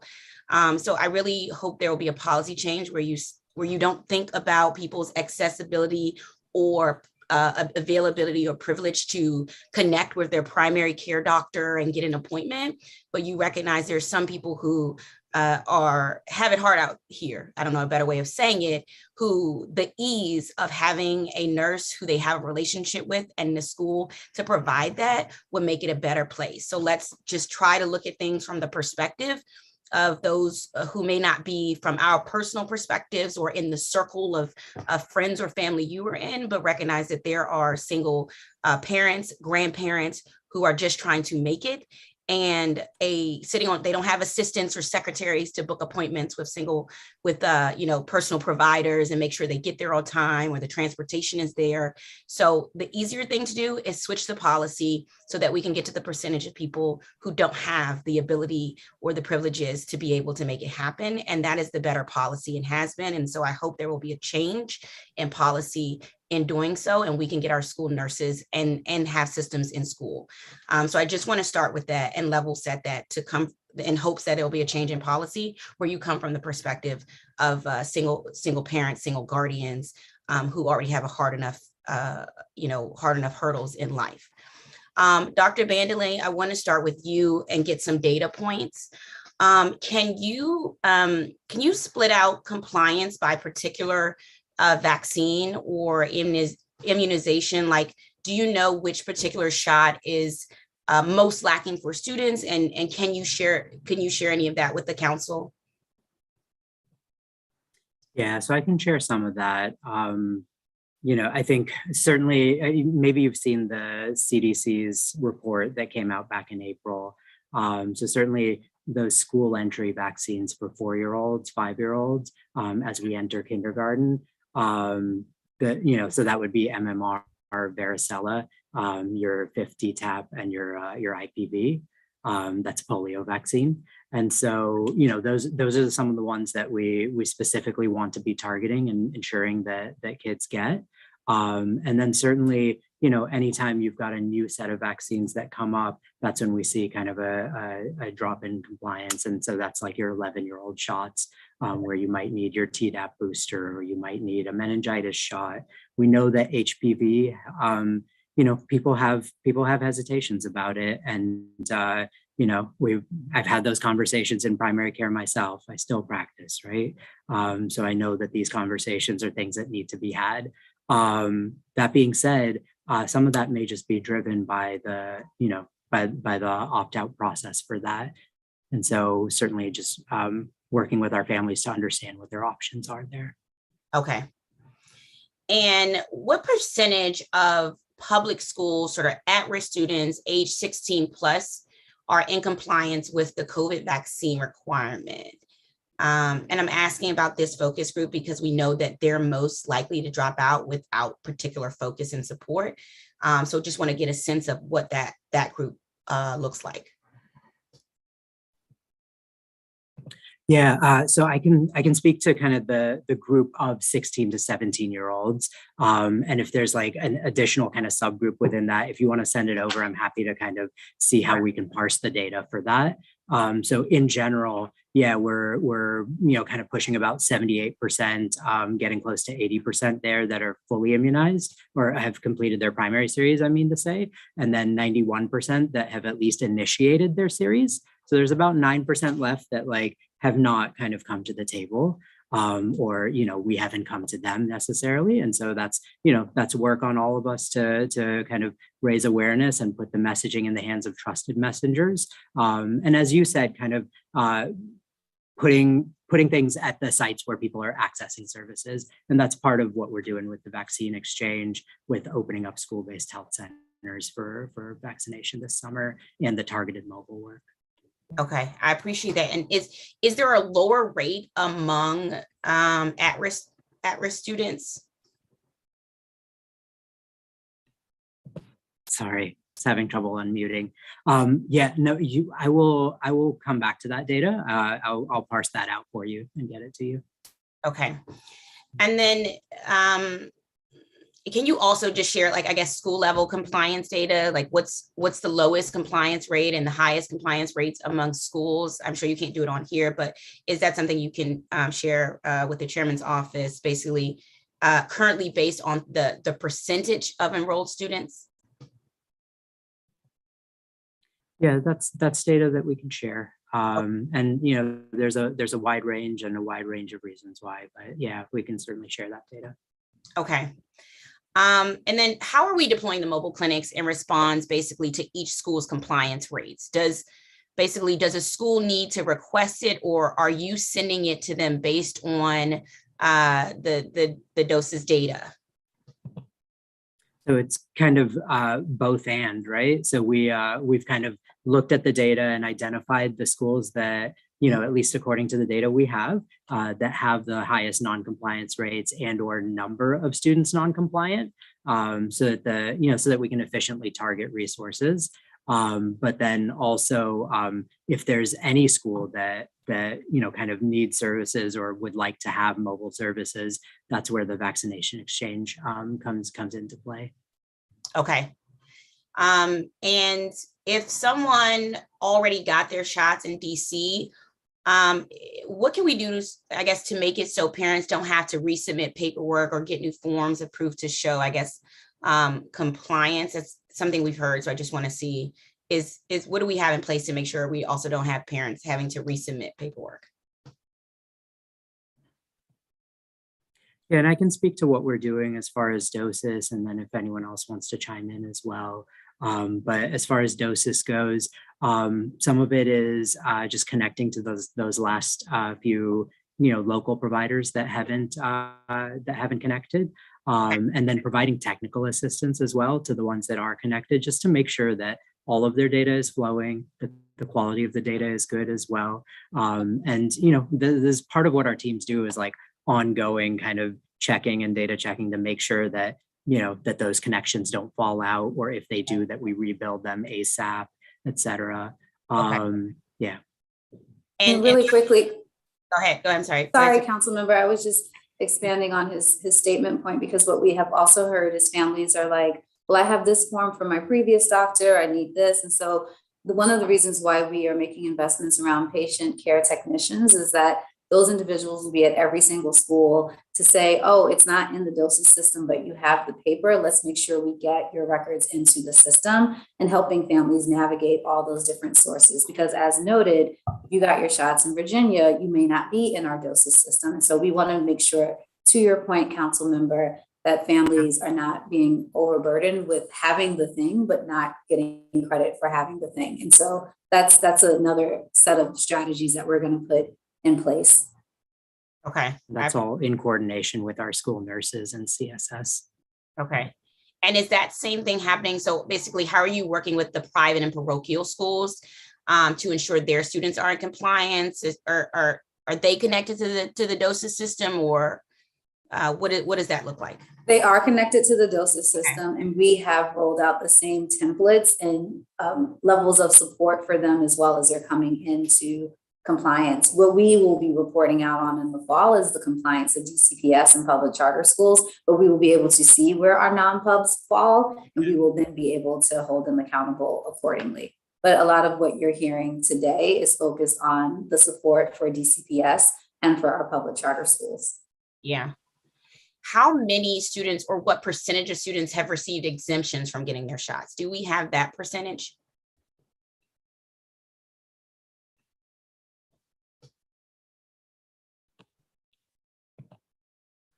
Yeah, historically, it's right around national average. So, kind of less than 2%, 3%. I'll double check the numbers and just make sure that I give you the most accurate. Okay. And what happens if there's a disconnect between like a school registrar's personal sort of informal system for tracking compliance and the citywide doses system? Is there sort of like, I guess, who's monitoring and notifying registrars when there's only paperwork for, I guess, 75% of the kids? Is it OSSI or is it DC Health that's checking that?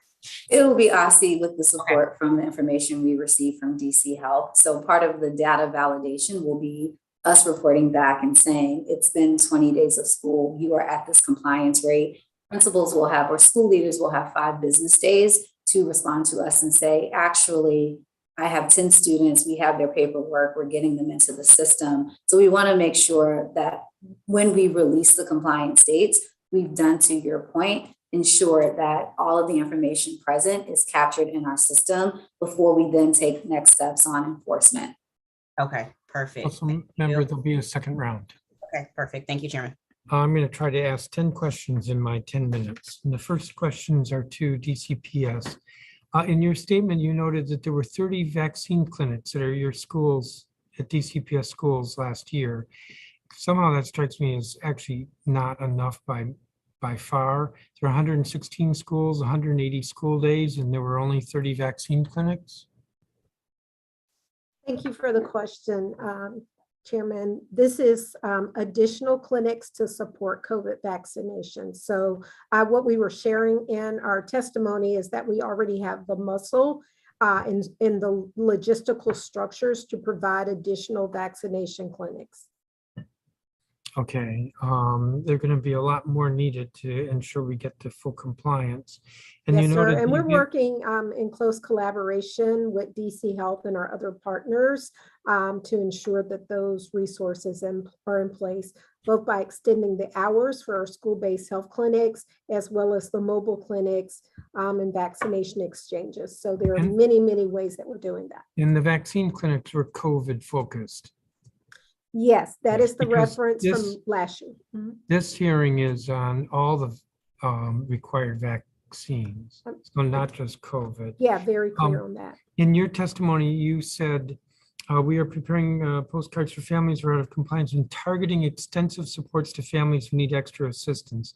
What does that mean, targeting extensive supports to families who need extra assistance? Sure. So again, just extending on the conversation that I had with Council Member Henderson, as the clock starts ticking for families, like we are clear now on the families that are out of compliance as the school year starts.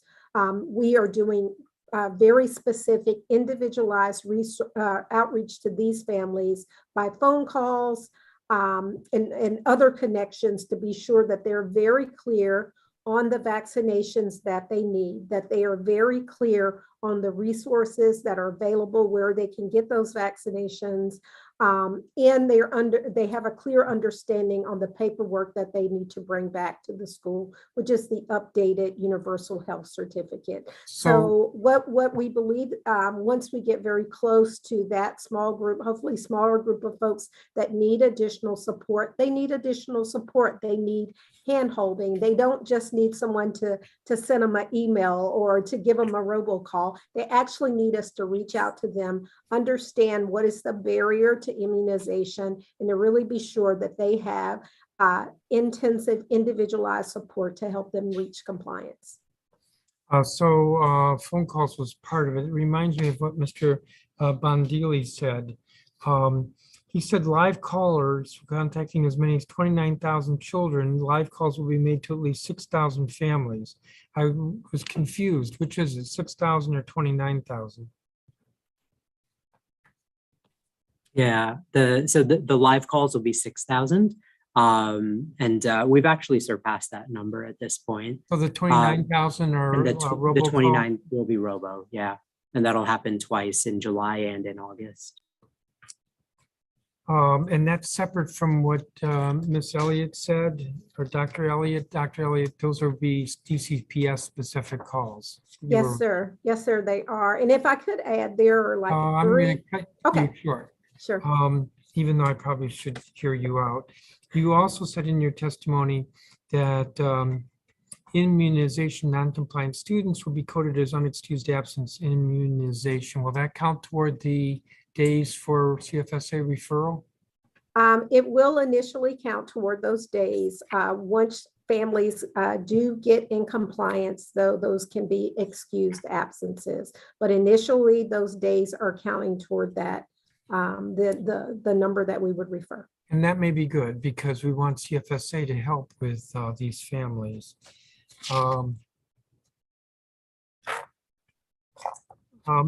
Mr. Kine, the State Board of Education's testimony, or my question to them, noted that better communication to students so they understand and want vaccines. What can your office do about this?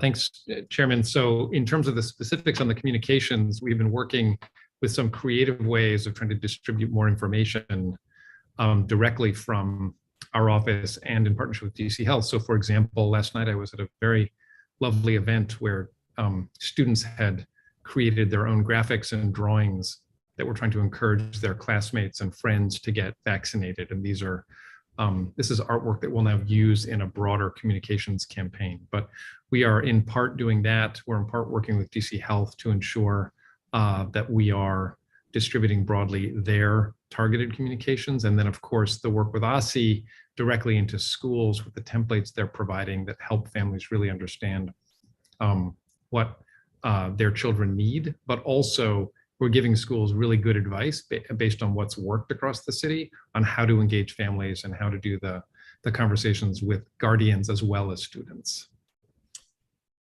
Thank you. So my next question is the Department of Health in your testimony, Dr.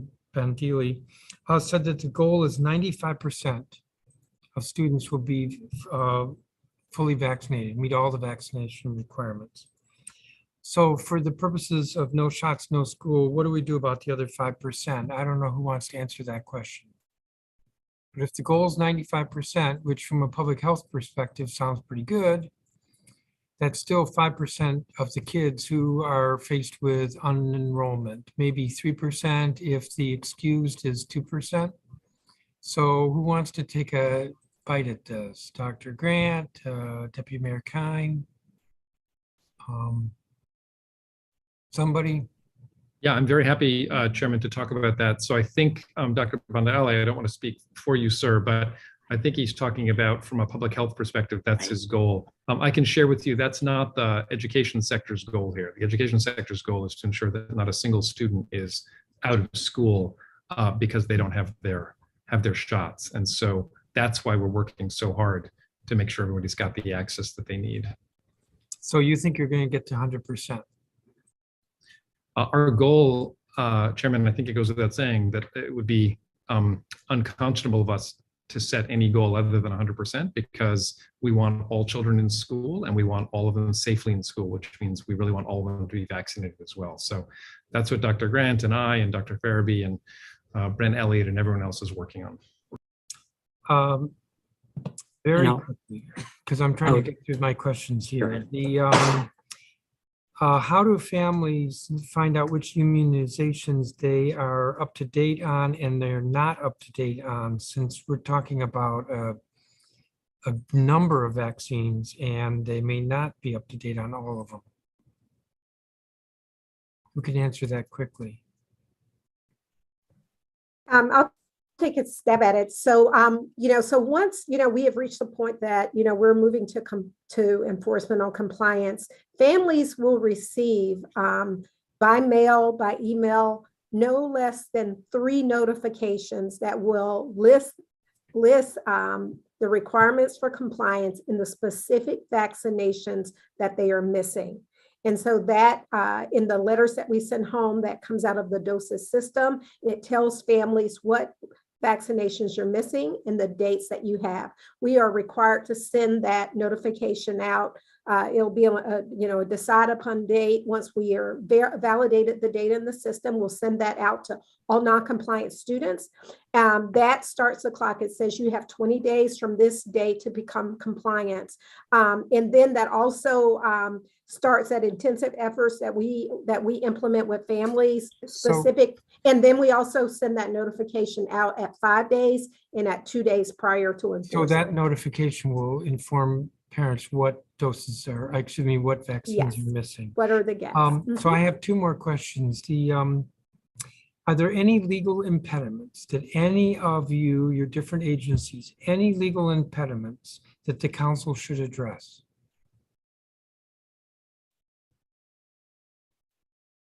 It was a stumper. Chairman, from my perspective, there are none that I'm aware of for DME. Yeah, and same, sorry, I was thinking that, no, from the position of OSCE, none as well. We're clear about the law, we're clear about the timeline and our process in terms of getting schools into compliance and enforcement.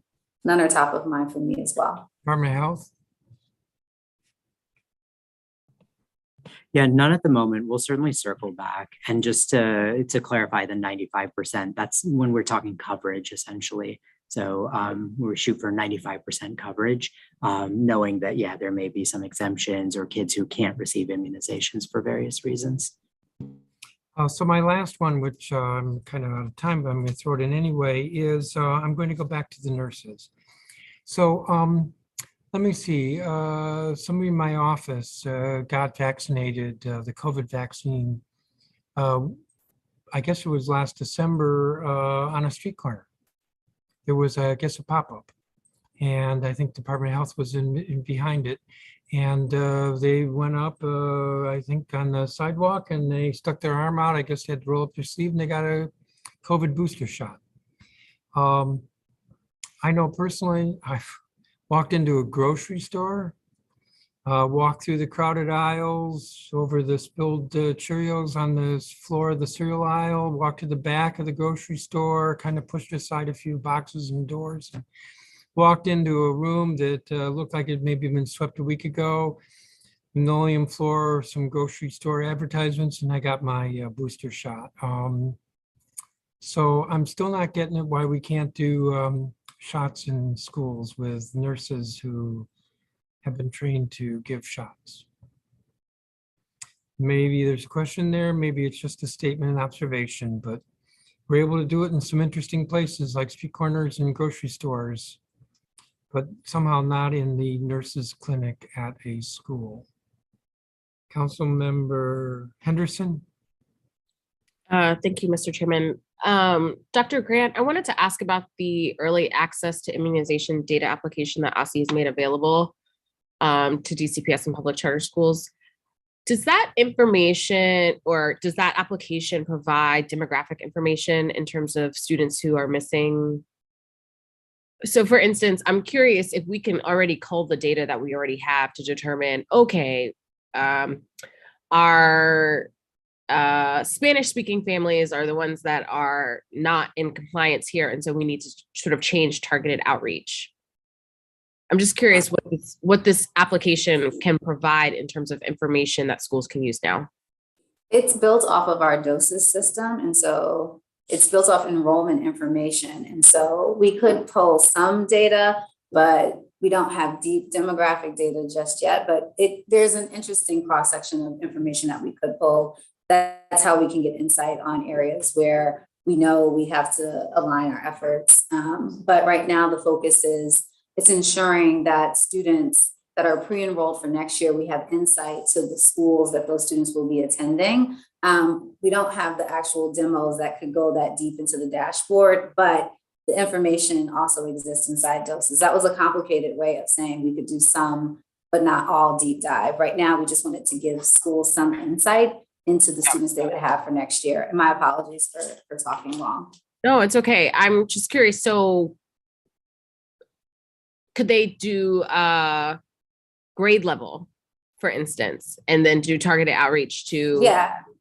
And so as you Income- heard from Dr. Vanderlee, like we know that the target groups of children are children who are entering our system for the first time, and then children who are shifting schools, largely if there's a matriculation grade, that would trigger a new enrollment into the school. For Right. most schools, as Dr. Elliott noted, this is looking at my current student population and stepping back and getting out those notices to say, this is what you're missing and this is the timeline to get it in. And so functionally, we wanted to make sure that schools had insight into next year while also being able to look at the students they know will be returning for next year. And we have name, school, vaccination information. So some of your questions we could do grade by grade and cut it in different ways, but we're also hearing back from schools what they want the app to do, and we're trying to respond accordingly. Okay.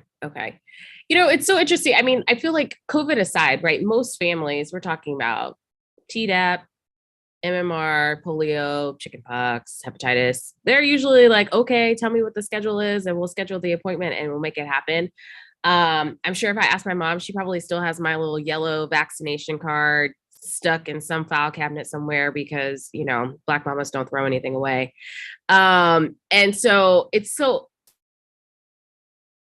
I don't know, sort of a thought. I mean, you know, I have 2 kids now, so we have the universal health certificate that we use, but it's like a plain piece of paper. Maybe we need to put that on some like, we need to go back to a shiny gold star with like, I don't even go a gold star, but you know, put it on a different color that it distinguishes itself so that people will hold on to it as opposed to just like, you know, if we were able to hold on to that yellow vaccination card for years upon years, you know, maybe there's something to that from a psychology standpoint. I don't know. DC Health, maybe. I don't know. I do want to ask Deputy Mayor, have you guys thought anything about incentives here? I know this is a little bit different because an incentive in this regard is like your kid doesn't get measles, and no, we don't have a measles outbreak, but I know we did incentives for COVID. I'm just curious if we've had any conversations about that here.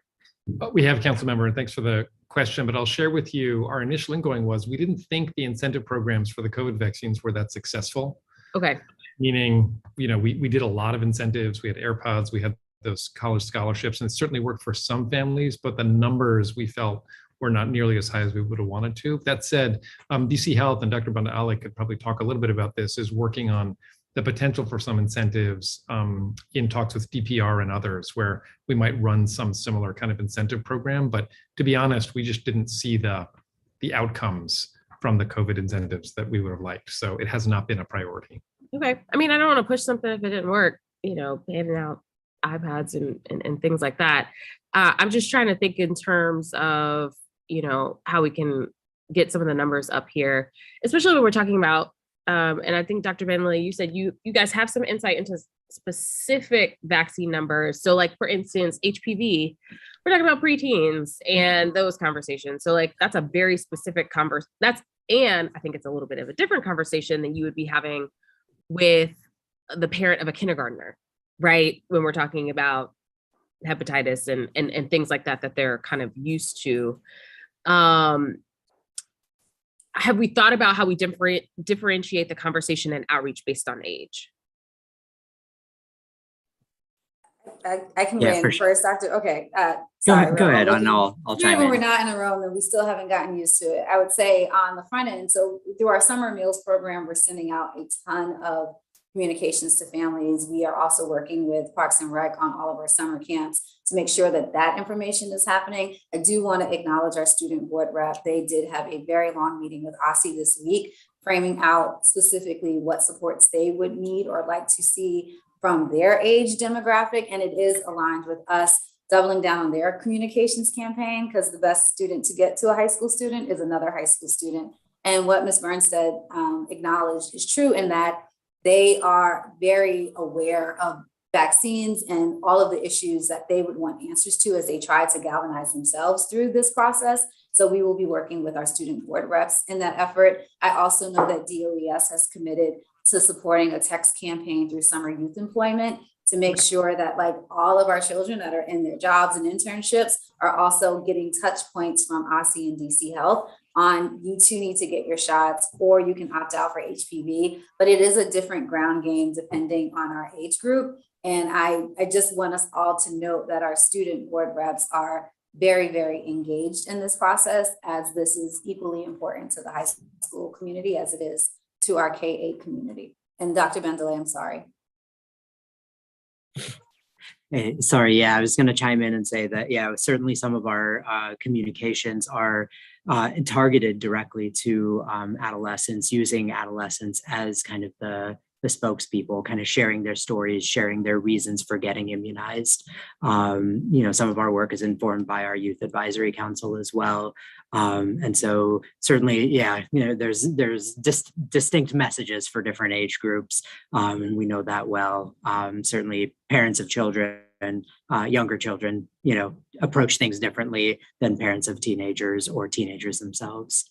Yeah. Ms. Bernstead, I would like to bring you into this conversation. I mean, I think we kind of know how we get to the little people, but like for kids your age, is it location? Is it timing? What is it? Thank you, Councilmember Henderson. So actually, Councilmember Henderson joined an SAC meeting in December, I believe. Yeah. So you've seen firsthand what it's like. We have a lot of students who come and talk. And not only do they share their perspectives, they said, oh, well, my peers told me this, my siblings told me this. So this is kind of what I've gathered from a lot of the information we've heard and information we've gathered from the survey. One of the issues, and I think this relates back to the discussion that's been had tonight about school nurses, is that like there is absolutely no other time that I have any time to get vaccinated or do this except when I am in school, i.e. like, do I have siblings that I have to go pick up directly after school? Do I have to watch them? Do I have an after school job? Things of that nature. Like personally, I know that like I worked directly after school. I would literally run out so I could get to work on time. There was no chance I would be able to get vaccinated any other time, except when I was already preoccupied and I already had that 8 hours set out that I was going to be in school. So one issue is definitely timing. I think another issue is also, I agree with what Dr. Grant, I believe, said this about like the best way to communicate to a high school student is through another high school student. And I think this also is true. Like I personally work with younger kids as well, like 3 to 10. And I hear these conversations happening between them of like, oh, like, did you get vaccinated? I got vaccinated. That's so cool. And at the high school level, it sounds a little bit different, but I think it's about like engaging work about vaccinations in many different ways. So my sophomore year, for example, and I'm sorry to take so much time, but my sophomore year, we were virtual and I took an environmental science class. And throughout the entire year, we talked about the vaccine. We were asked to do research on the vaccine, create products about the vaccine. And that was also work that we engaged with across different classes. It happened in class. So not only did students like have to pay attention, like you were already there, but also they were learning about how to engage with this content in a meaningful way. And then also, I will plug 2 things. The SAC plans to increase like social media communication so that we can reach out that way. And for anybody, the SAC, the Student Advisory Committee, is a great resource, and we're always open to have visitors. They are a great resource. They're a great group. And they gave me some great ideas. We're going to come back to this on financial aid. That's a whole different conversation, but I just want you to know, Liv, I heard y'all. And I appreciate you being here and sharing this feedback. And I think that what you're saying is actually true. As I think about even when I was a high school student, right? Doctor's appointments, my mom had to either take me out from school because I had so much to do after school, but also doctor's offices appointments aren't really set up for the weekends. So the idea that I can get vaccinated on a weekend at my pediatrician or whatever, that's just not even there. So I think you're making a really good point here in terms of capture me when I am a captivated audience. Thank you, Mr. Chairman. Thank you, everyone, for your testimony. Thank you. Dr. Grant's going to have to leave fairly soon. We have 2 more council members with a round of questions. Hopefully you can sort of hang in there, Dr. Grant. Council Member Gray, I believe you're next. Thank you very much, Mr. Chairman. I know too that we, as we chair this thing jointly, we have a number of people who have not even testified yet that we haven't gotten to. So I'm going to truncate, my questions at this stage in deference to those who are waiting to be able to testify. So to those who have continued to be involved and testified up to this point, Dr. Khan and so many other people who testified thus far, thank you so much for bearing with us. And like I said, I'm going to truncate my questions at this stage in deference to those who have not testified as yet. So thank you so much. This may be an OSCE question or you, Dr. Khan, whichever may be the case. We have a number of schools who, are involved in, their schools may start in July, which is now, of course. I'm really interested in understanding from you all exactly how the requirements will be imposed on these, and how will that be monitored as well, especially given the fact that we may be talking about schools that starting in July, and maybe behind the 8 ball as we look at being able to move forward. So can either you, Dr. Khan, or Dr. Grant, whichever one of you wants to speak to this, I'd really like to hear from you all about that. And then I'll come back to my private school question, okay? I'll be really quick in the deference of time. We monitor all of the school calendars, and so we're aware of which schools are starting early. Most of our charters start before DCPS's official start date, and so we will be monitoring and supporting schools along the line. And that is why the compliance process is not a standard set of times, because it's the 20th day of school, depending on when your first day of school is. And so we monitor that work and we'll be supporting schools accordingly. Deputy Mayor, I don't know if there's anything else you would want to add there. No, thank you, Dr. Grant. Okay, I appreciate it. So you have nothing further to add to that, Dr. Khan? No, council member, it's just that we understand when schools start, and the compliance and enforcement is actually according to schools' start dates, and we're watching that closely through OSCE as the superintendent shared. Okay, what about private schools, so I can understand where they fit into this picture at this stage? Can you all speak to that?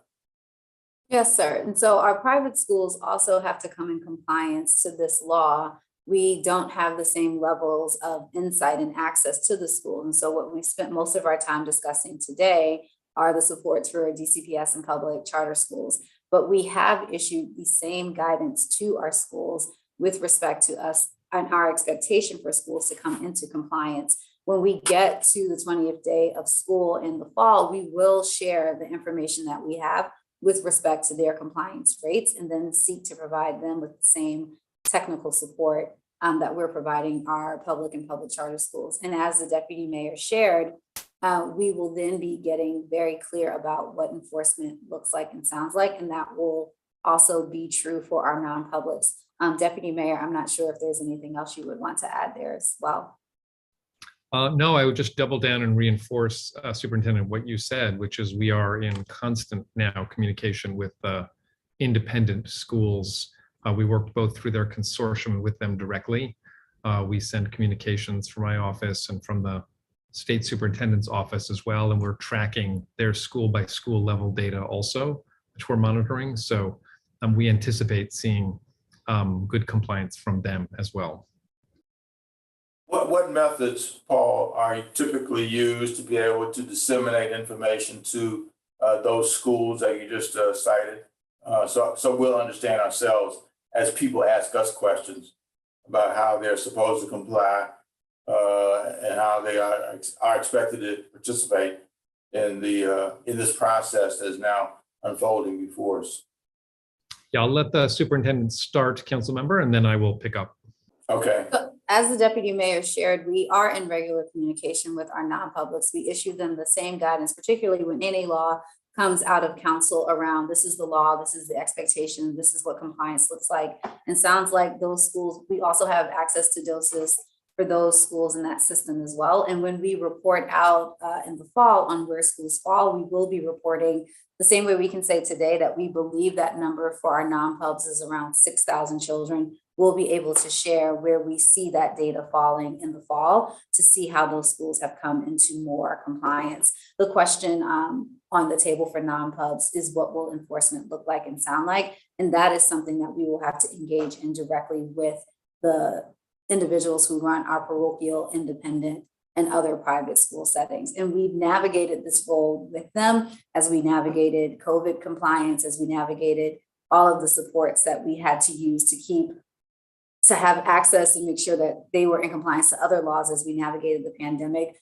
We plan to use those same processes with our non-pubs in the fall. Deputy Mayor, I feel like I covered the bases, but feel free to weigh in if I've Yeah, left you something did. out. Thanks, Superintendent. I would just share again, Council Member, the same law applies to students who are in independent schools, and we have full expectation that they will comply as well. Okay, and what monitoring techniques are you using to follow their degree of compliance? So, We'll be leveraging the same data system through doses to mark compliance rates for those schools as well. okay, well, I'm gonna be true to what I said, and that is I'm going to truncate, what questions I have at this point, and we'll get back to you with additional questions that we may have, which we may have additional one. But I know that there are lots of witnesses who haven't even gotten to testify at all at this point. So I want to be able to defer to them at this stage. So thank you all for your testimony, okay? Thank you, sir. Thank you, Councilmember. Councilmember Lewis George. Thank you. And Dr. Mayor, I know you have to leave soon, so I'll start with you. One group we haven't spoken about, we've talked about outreach efforts, but English learner families, Ward 4, we are blessed to have a number of English learners and English learners families, both who speak Spanish as their first language or Amharic as their first language. What are the outreach efforts for English language learner families? And what's the plan to be credible messengers for that for their families so that they also feel comfortable with getting vaccinated? Thank you. And I'm going to invite all of our sister agencies into this conversation because it is a comprehensive effort.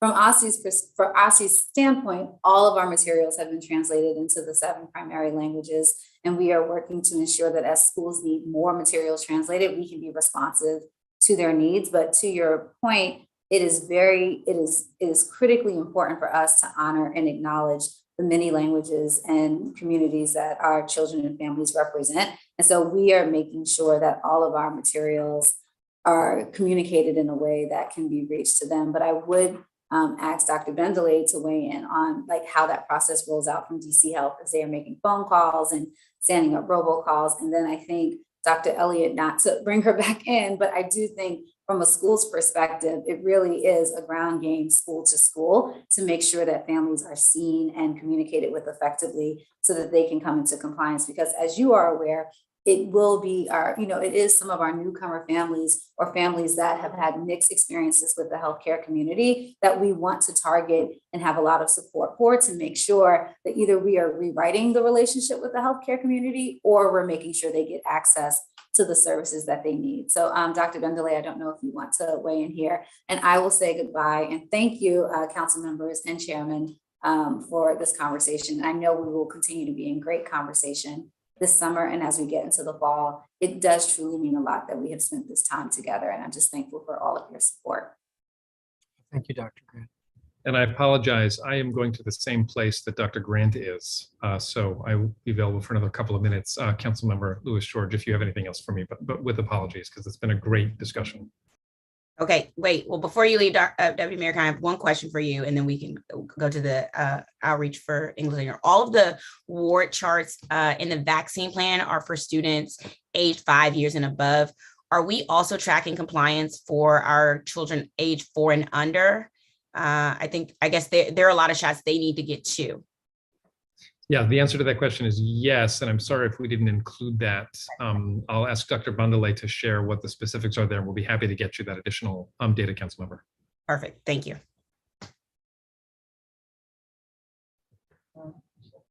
I'm happy to jump. Oh, I'm sorry. Go ahead. Sorry, go ahead, Brian.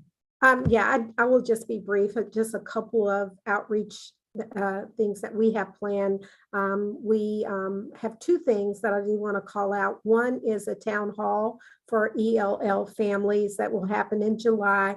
We're hosting that in collaboration with our language acquisition team, as well as some of our local partners that specifically support our ELL families. So we're excited about that. The second thing we are sponsoring in early April is a call-a-thon, and we already have 30 volunteers that speak a variety of languages that will help us to make targeted phone calls to, at that point, non-compliant families, being able to speak to them in their home language and be able to provide the information about what is required for compliance. So those are the two strategies really specifically related to that group of families.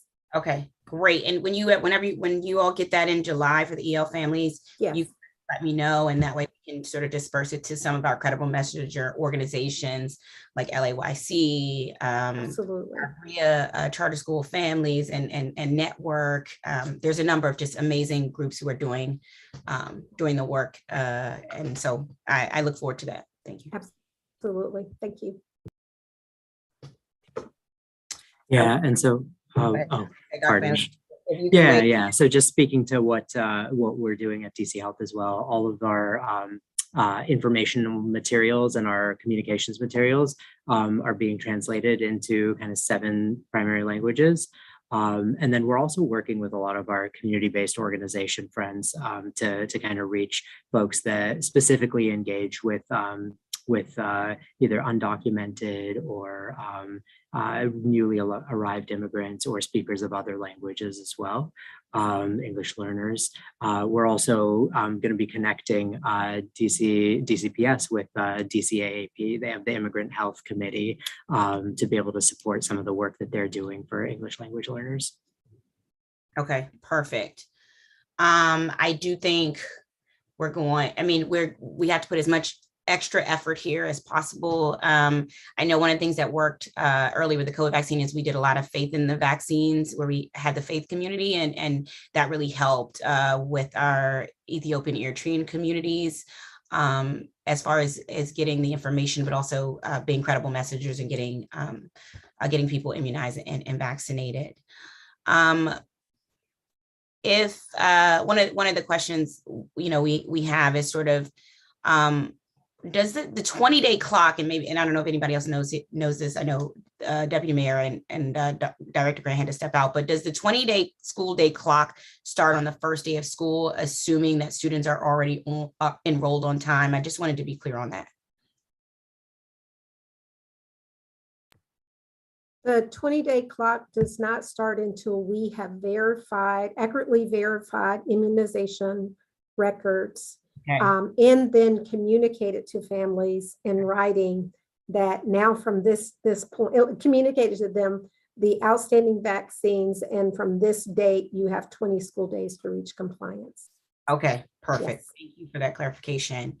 And if I got my COVID vaccine at a DC Health Center, does my information automatically upload into the DC Health system? And is it the case that we're tracking, I guess, when a young person got a vaccine already? Yes, absolutely. So that gets entered directly into DOSIS and should be available, for any end user. Okay. And if how are we training, I guess, LEA personnel that if you get a paper record, sort of you have to upload it into the DOSIS system? And also what kind of training has been provided to has been given out to medical providers as well? Yeah. So basically the IPOCs, immunization points of contact at any given school, So we've been conducting training since March, since the spring, on doses 2.0 and the school nurse module within that. And so, all of our CSS staff have been trained on this, and additional IPOCs that are non-CSS. And certainly, like, if there's anyone that that we've identified that maybe needs training or retraining or refreshing, we're available for that. And so we're conducting live, virtual group trainings. We have asynchronous options as well. We have technical assistance, kind of like ongoing technical assistance, and then weekly office hours as well. So all of that's available for anyone who's been trained or just kind of needs to retrain. Certainly if there's staff turnover, new people, this is kind of an ongoing year-round process, and those resources are available. And then basically, if you're trained on doses for our, for health personnel like nurses, we're asking that they enter the data, and they are trained on how to enter the data there. And we're also kind of building that connection between doses and school health management so that they can kind of all do it all in one place. And then that way they're putting stuff in school health management, it flows to doses, and everything is kind of in one place and kind of easy and streamlined. For anyone else that's not comfortable with that role, so, kind of non-health personnel that might be an immunization point of contact, the self-service portal is still available. And we've hired additional data entry staff to kind of take those requests and satisfy them as they come in. They're usually 1 to 2 business days on that. Okay, perfect. And I know we're running out of time here. So last question, what is your actual position as to for public knowledge and for our knowledge as to why we are not using school nurses? Yeah, I mean, honestly, I think there are a couple things there. For me, one of them is kind of the additional work that school nurses are doing, all the other work that they need to do during the day. Part of it is the verifying immunization status and working with the entire school health team on that, but then the medications and, kind of both acute and chronic things that they need to take care of. There are a lot of responsibilities on the school nurses. And so to add this on top of that would be not to be taken lightly, for sure. As I've said, it's something we've thought about and considered. And then honestly, the other aspect is the safety. This is why we're targeting the mobile vaccination to school sites. That's why we're building in weekend and evening hours throughout the summer and into the fall as well. That's why we're, kind of procuring that. I know that primary care is not the only place that people go, but that's why we're also targeting it to places where people receive services already. And so, yeah. Okay, speaking to places people receive services already, I'm just going to give this suggestion so then we can end it. But I do think we should probably try to have Children's National do vaccine vans at some of the DPR pool parties, having vans at some of the boost camps, the splash parks on the weekends. Are also available, are places where we know we are giving services to the community. We know we have high turnout. And so hopefully you all will also consider those as locations to do some of this work. Thank you all for your time and for the work you're doing. Thank you as well. Thanks to each of the witnesses and the couple who had to leave at 1:30. Appreciate your testimony. And you all are excused, and we're going to turn to the non-government witnesses now. Thank you. Thank you. Rachel Johnston, who's representing the DC Charter School Alliance. She's Director of Special Projects. We can't leave.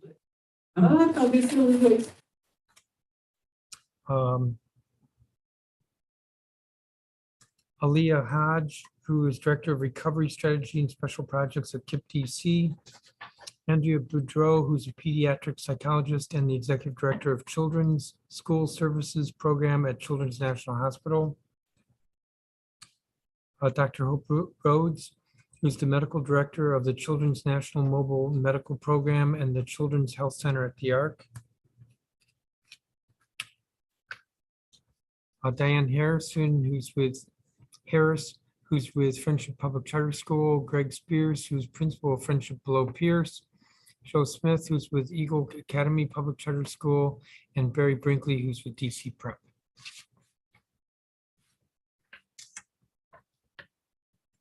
We'll begin with, actually, I was told that Rachel Johnston might be arriving late. So unless she's here, we'll start with Ms. Hodge. Awesome. Well, good afternoon, Chairman Mendelson and Good. members of the council. My name is Aaliyah Hodge, and I'm the Director of Recovery Strategy and Special Projects at KIPP DC. I'm here today to share the work that KIPP DC put into getting our students immunized last year and the results of those efforts.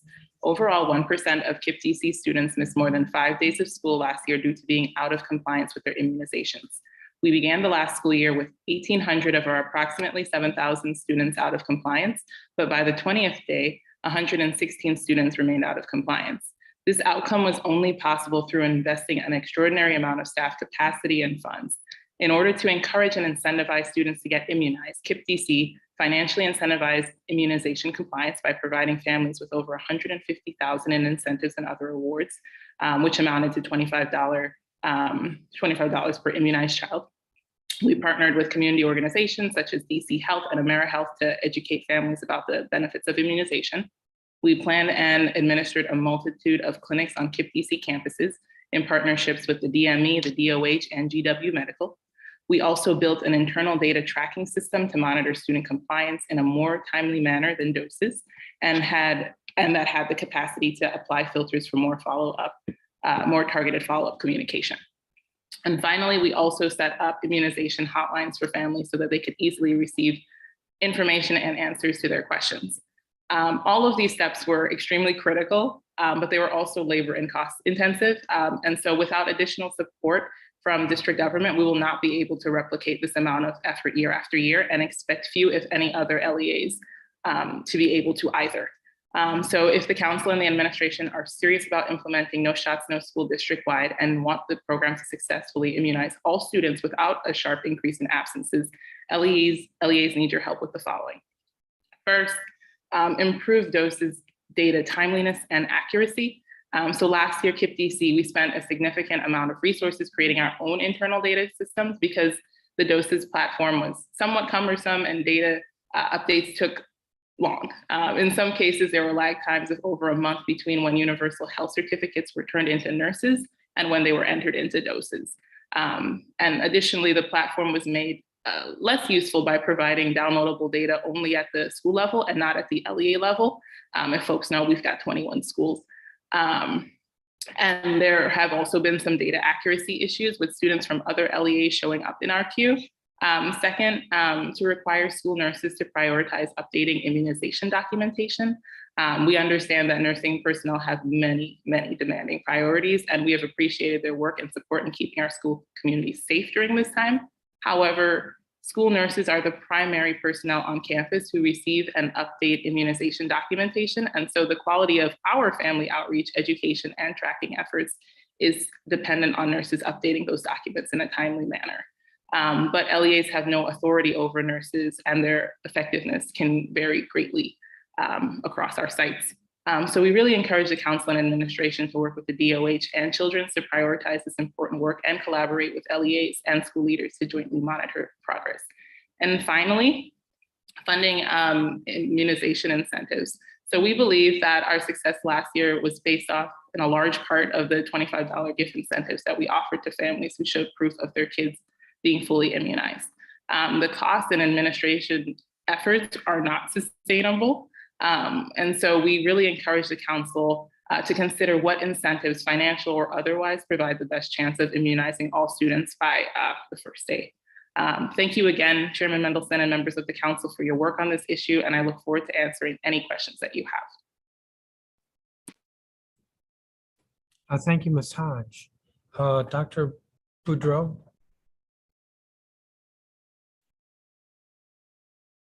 You are on mute.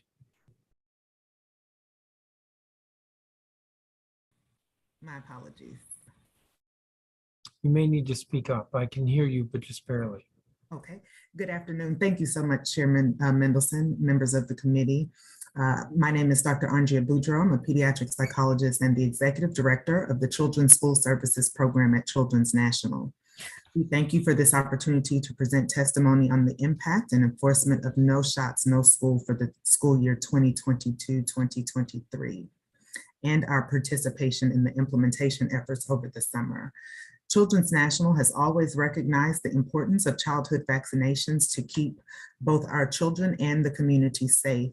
As codified in the DC Code 38.502, the policy of no shots, no schools is not restricted to just COVID-19 vaccination, but all childhood immunizations. And so we'll discuss our efforts for both today.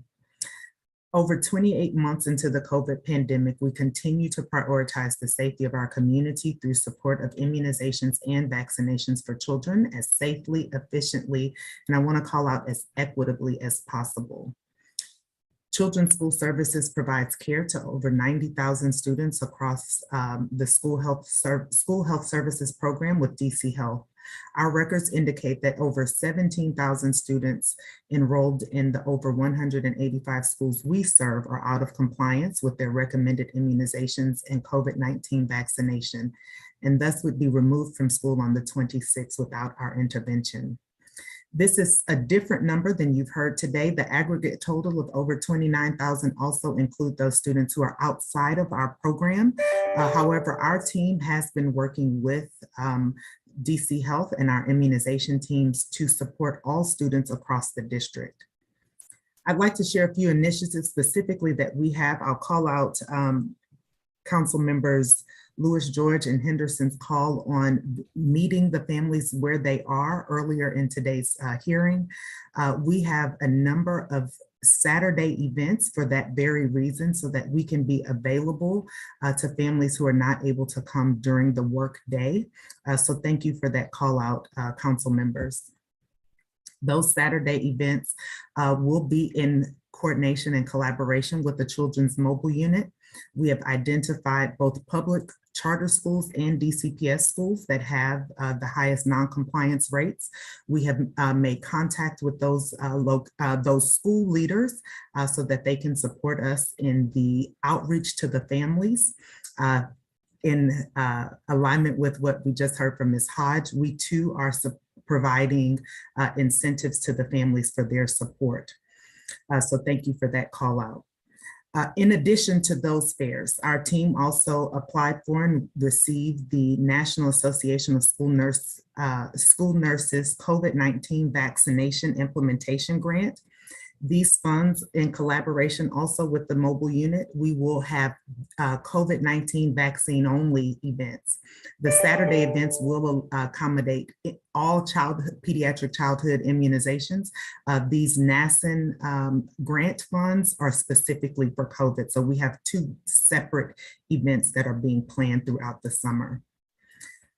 In addition, Children's National has committed to support a mass vaccination effort during the last week of September and the first 2 weeks of October. There too, our nurses, health technicians, and health aides that you heard about earlier from Dr. Bandiali will partner with DC Health to support outreach to the families. We will also reach out to students through our school-based health centers located at both Dunbar and Ballou High School over the summer, where we will host community events focused on immunization catch-up. To support the outstanding pediatric needs of our students this year, we hired 40 additional temporary staff, the health aides. These aides allow us to have the nurses practicing at the top of their scope. Our nurses had been asked to do a lot of the technical work that we've talked about today. However, these aides have been brought in to support more technical and administrative work, like documenting in school health management, as you heard. They will also support some of the mail outs that you heard about this morning, family calls, and scheduling many of the events that you have heard from our partners today. This is not limited to the Children's National Practices. However, we are supporting the mobile unit initiative across the district, supporting Children's National Unity Center, Mary Center, and the MedStar mobile units. We'll be supporting scheduling for those all mobile units across the district. I will call out Chairman Henderson and, Councilmember Henderson and Councilmember Lewis George, and also Dr. Grant. We too believe this is an all hands on deck event that will require our support across the summer. We want to be able to support the most vulnerable residents in the district, which is our children. In addition to participating in some of the shots and arms events, I also want to call out our bringing providers to the community. I'll go back to those Saturday events. One of the things that we're excited about is to have a variety of providers there to talk about the vaccine hesitancy. You heard that earlier from our student representative, I believe it was Ms. Bernstein. It is very important for us to be able to address vaccine hesitancy. And so we'll be able to have the time to not just put the shots in arms, but also be able to address that. And Children's National will provide providers to be able to do that through our mobile unit, our Goldberg centers during those Saturday events. Children's National believes in the importance of vaccination to keep our children safe and will leverage all of our available resources to make sure that families and patients can feel comfortable receiving the vaccine as quickly as possible. We look forward to supporting the needs across the district and feel honored to be partners with DC Health, OSSI, the Executive Office of the Mayor, and other leaders as we navigate this season. Thank you for the opportunity to testify, and I'm happy to answer any questions you may have.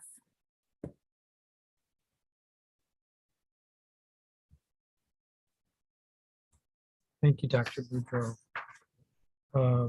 Dr. Hope Rhodes. Good afternoon, Chairman Mendelson and members of the committee. My name is Dr. Hope Rhodes, and I'm the Medical Director for the Children's National Mobile Medical Program and the Children's Health Center at the ARC. Children's National has always recognized the importance of childhood vaccinations to keep both children and communities safe. While the guidelines surrounding the safety and efficacy of the COVID-19 vaccination have transitioned to include children as young as 6 months, we have always been leaders in the community in the immunization of approximately 85% of the children who reside in the district.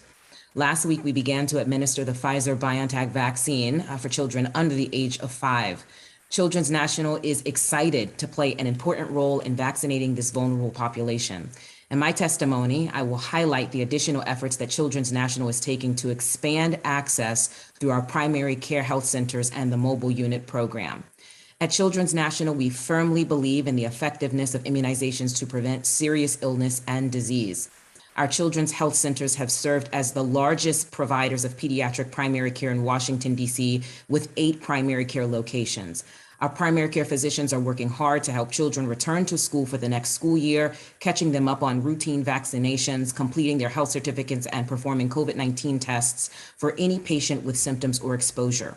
While we experienced an early rush in interest in vaccinations for our patients, 12 years and over, families currently require opportunity for significant conversations to address their concerns or questions about the COVID-19 vaccine that may extend over multiple visits.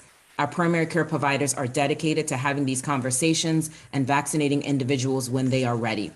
We are excited to partner with DC Health to deploy agency nurses to our practices to specifically support COVID-19 vaccinations for infants and young children.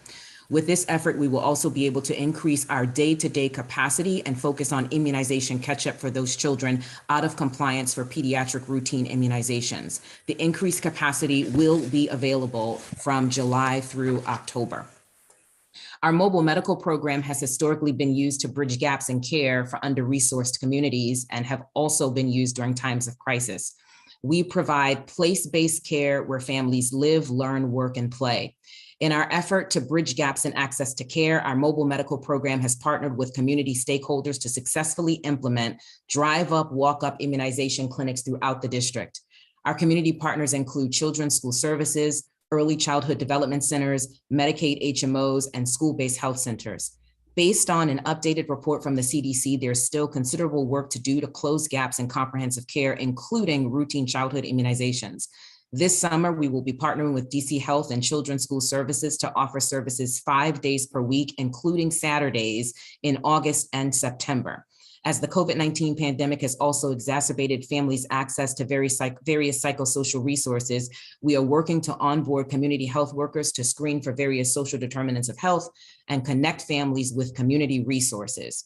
We will also leverage our position within the primary care medical home to help connect families with much needed resources, including mental health resources. Children's National believes in the importance of vaccinations to help keep our children safe and will leverage all of our available resources through our primary care centers and mobile medical unit to make sure that families and patients can feel comfortable receiving the vaccine as quickly as possible. Thank you for the opportunity to provide testimony on No Shots, No School for the 2022 academic year, and I'm happy to answer any questions that you might have. Thank you.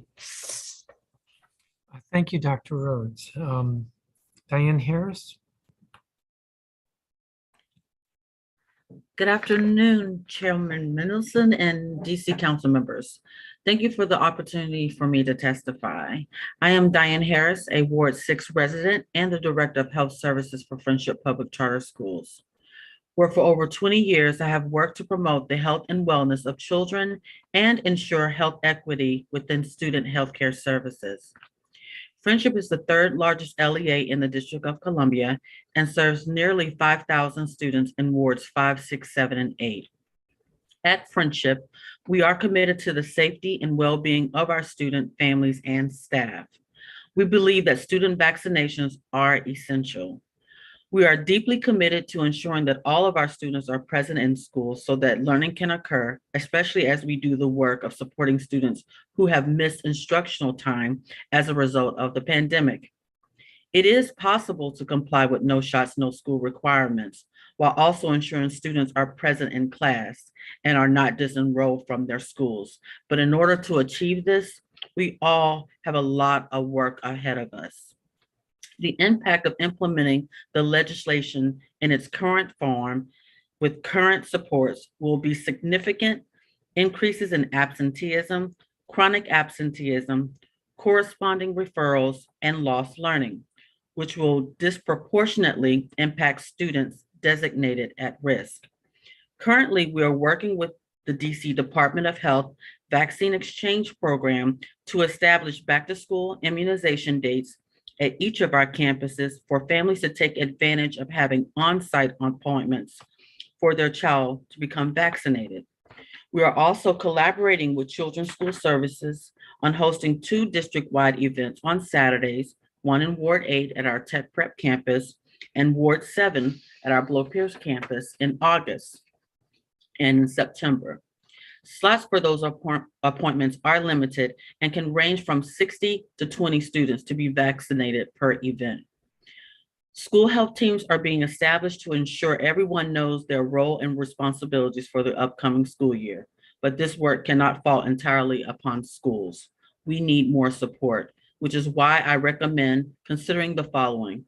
Ensure better access to student vaccination data through Doses 2.0. Amend the current legislation to provide more than a 20-day timeline at the beginning of the school year to ensure compliance, especially in the first year of the legislation that will be enforced.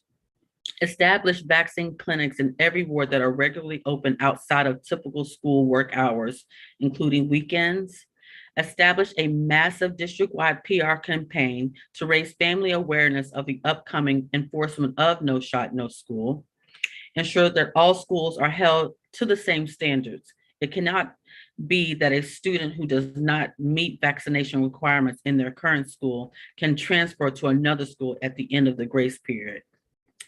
And finally, ensure a fair, transparent, and reasonable waiver process, especially for COVID-19 and HPV vaccinations. I'm happy to answer your questions and to share more information. Thank you.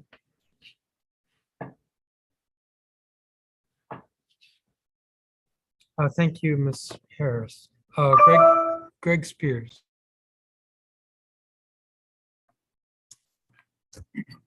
Good afternoon, Chairman Mendelson and members of the Committee of the Whole. Thank you for this opportunity to testify. I am Gregory Spears, proud principal of Friendship Low Pierce, located on the sunny side of Ward 7 and home to DC's State Teacher of the Year. I would like to start by saying that I agree with the testimony that I just heard from my colleague Diane Harris, and will try in earnest not to repeat what has already been shared. However, we are deeply committed to the health and safety of our students and also committed to making sure that 100% of our students are in school every day. There are many things we can do and will do to ensure compliance with no shots, no schools, but we cannot do it alone. With the current law, timelines, and supports, I expect the number of students excluded from schools at the 20-day mark across DC will be in the thousands, and it will likely disproportionately impact students designated as at risk. This is important to me because at Blow Pierce, we are historically have an at-risk student population that is between 70% and 77%, with the 21-22 school year rate at approximately 76% of at-risk students. Demographics are not destiny, and Blow Pierce Elementary has been a Tier 1 school for 4 years, leading up to the 1920 school year, and was projected to be a Tier 1 school again in that abbreviated year. Blow Pierce Middle School has been a Tier 1 school twice since 2015-16, and has also been named an Empower K-12 Bold Performer and Bold Achiever twice in each category since 2017. This past school year, Blow Pierce not only exceeded the ceilings for the class observations on the DC Public Charter School Board PMF, but garnered perhaps the highest scores in the city. Every day, Blow Pierce families and students overcome significant obstacles and difficulties just to make it through our doors on a daily basis. And consistent attendance has always been something that the school and LEA has worked tremendously hard with and for our families to ensure we get our students into our classrooms. Homelessness, school documented population between 10 and 14%, neighborhood gun violence, job schedules, and more contribute to our attendance struggles, yet we consistently overcome them to help our students grow and achieve. Any further barriers put in our families and scholars' way to obtain consistent and in-person instruction could have devastating consequences on their ability to learn and grow for years to come. We cannot erect additional barriers to entry and success for our most vulnerable students. So, to paraphrase what Ms. Harris just said, it may be possible to comply with no shots, but in order to achieve this, we all have a lot of work ahead of us. The impact of implementing the legislation in its current form will be a significant increase in absenteeism, chronic absenteeism, and corresponding referrals, lost enrollment, and lost learning, which will disproportionately impact students designated at risk. We need better access to data, more vaccine support through the district, communication support from the city, a reasonable waiver process, and perhaps most importantly, more than 20 days before compliance impacts attendance and enrollment. I am happy to share more about my experience as a principal at Friendship Blow Pierce and to also answer any questions that you may have. Thank you.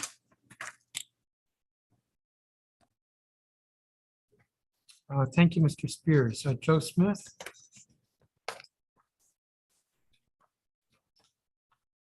Not sure he's here.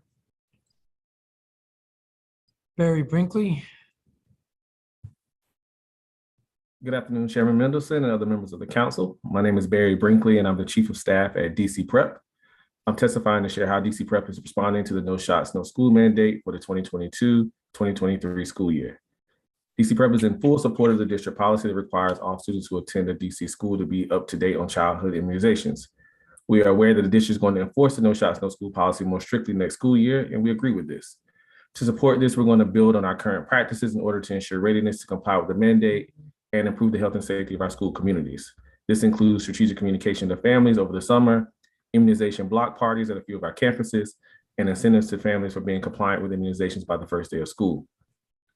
We do have some concerns that the district has said as recent as June 6th in a Washington Post article that they do not have precise numbers for the percentage of young people who are up to date on their immunizations. We know this to be true because numbers that we have received from our nurse managers recently are not accurate for all of our schools. For example, we received a report for one of our middle school campuses that listed most students as not compliant. Upon further investigation, we saw that this was because the system was counting the COVID vaccine as a required vaccination, even though these students are under the age of 16. We're still not sure if this has been corrected. We also had staff members who were kicked out of the dosage system, we're assuming because of the upgrade, and we just recently received the training links for the new system so that we could regain access to the 2.0 system. This was after initially receiving a message that our staff were on the wait list and will be informed when they will receive this doses 2.0 training. Without accurate data from the district, it is very difficult to be as strategic in our communication to our families as we need to be to ensure that we have all of our students compliant to the no shots, no school policy. We cannot plan accordingly or hold families accountable without timely and accurate numbers. My reason for highlighting this is not to strike discord with our district agencies, but I want to ensure that the challenges are being illuminated and rectified so that schools like ours can successfully navigate this mandate and provide our families with the support they need to successfully meet the expectations of no shots, no school. We're working hard to do our part to provide mobile immunization vans at a number of our school sites and provide families with information on where they can go across the district to get their children immunized. Once families do their part, it is imperative that this data is accurately captured in the district-wide system, and we have access to this information to ensure our students remain in school healthy and safely. Thank you to the council, IC, the Department of Health, and all other agencies involved for all you're doing to ensure this is the case. Thank you for the time, and I'm open for questions. Thank you, Mr. Brinkley. And I don't believe Rachel Johnston has arrived. Yep. So we'll do around 1 10-minute round of questions. So several of you testified with regard to the doses system not being timely or accurate. I'm looking at KIP DC's testimony. Improved doses data, timeliness, and accuracy. Several of you spoke to this, so I don't know if there's more to be said, but I want to bring it up and see if there is more to be said regarding the timeliness. Can somebody explain the accuracy issue? Perhaps Ms. Hodge, since you had this in your testimony. Yep. So when speaking about the accuracy issues, when we get into doses, sometimes we can see students from other LEAs showing up into our queue, which is obviously problematic from an accuracy standpoint. And then additionally, it just took a long time sometimes for universal health certificates, sometimes even a month, to be logged into doses. And I know that our nurses are the ones who are the primary people driving that work, and they are being pulled in 1,001 directions. But having that information in a timely manner affects how we do family outreach and how we track which students are in compliance and which students aren't. Ms. Hodge, you also said that additional resources and support from the district government are necessary. What does that mean? Does that mean funding? So we found that incentives were helpful in reducing the amount of non-compliant students. And so, we invested a significant amount of money and staff time last year. It was over $150,000 in incentives for kids. And so the recommendation is that we'd encourage the council to consider what other incentives, it could be financial incentives, it could be other incentives, provide the best chance of immunizing all students, because as an LEA, it's just not sustainable for us to do this every year. Yeah.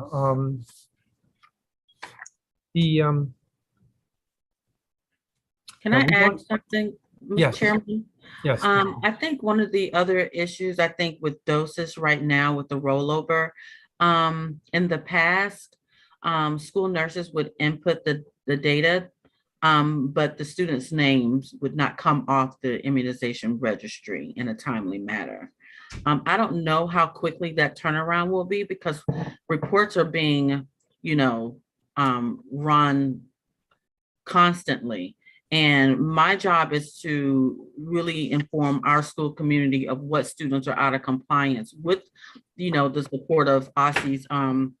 They gave us a guideline on the school health plan, and we have to communicate within a 5, 10, 15-minute day window. And so what would be the turnaround time for updated immunizations from doses? And also too, when you're talking about tracking, who's going to do that? Is there going to be every student may be out of compliance at a different date? How is that going to work? Those are still kind of shades of gray that, we're trying to understand. Okay, I have one more question for Ms. Hodge. You said that by the 20th day, 116 students remained out of compliance. What happened to the 116? Did they eventually get fully vaccinated? Yeah, so this was one of the toughest parts about forcing compliance. With older students, we were able to turn them away, I guess. But with younger kids, when parents had already left, we had to let them come to school. And there was literally no place to put them, especially when our spare rooms were being used for either COVID isolation or quarantining space. So after the 20th day, we ended up following up with calls to our families, telling them not to bring their children back. But parents would not always comply. And so it's just like a really difficult situation to be in as a school, because at the end of the day, we want our kids in person and we want them learning. But we also do understand the health risks to students not being vaccinated. So the 116 never became fully vaccinated? That number I'd have to double check with my team on. I can probably, during this call, figure out that exact number. Now, somebody else testified, maybe a couple of you, that the 20 days was not long enough.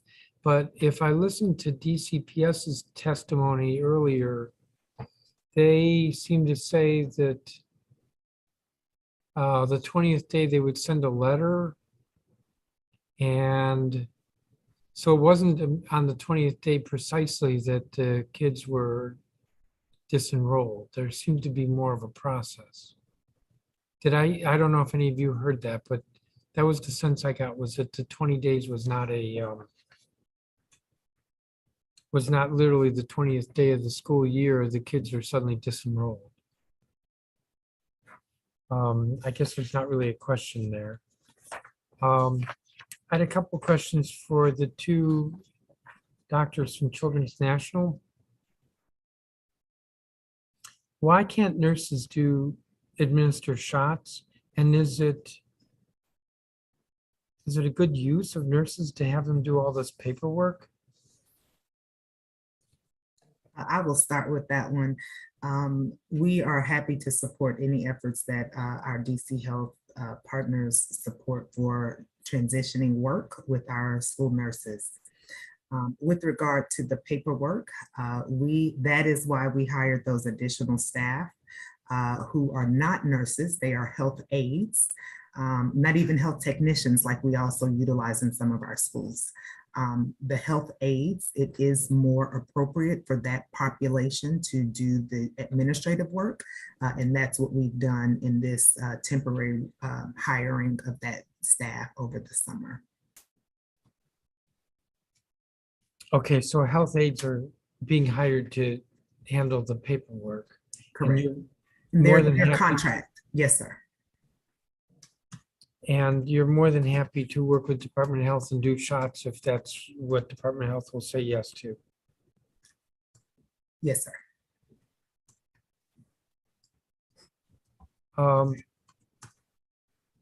At the beginning of the hearing, I noted that some parents had expressed to me a reluctance about using mobile vans for getting shots. They'd rather go to a room in a school than to go to get on a mobile van.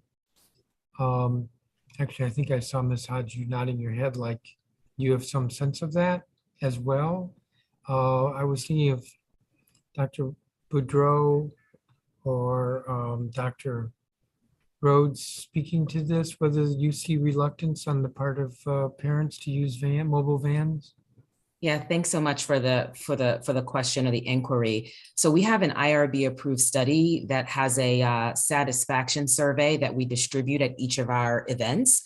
And the data that we get back from that actually speaks to something different.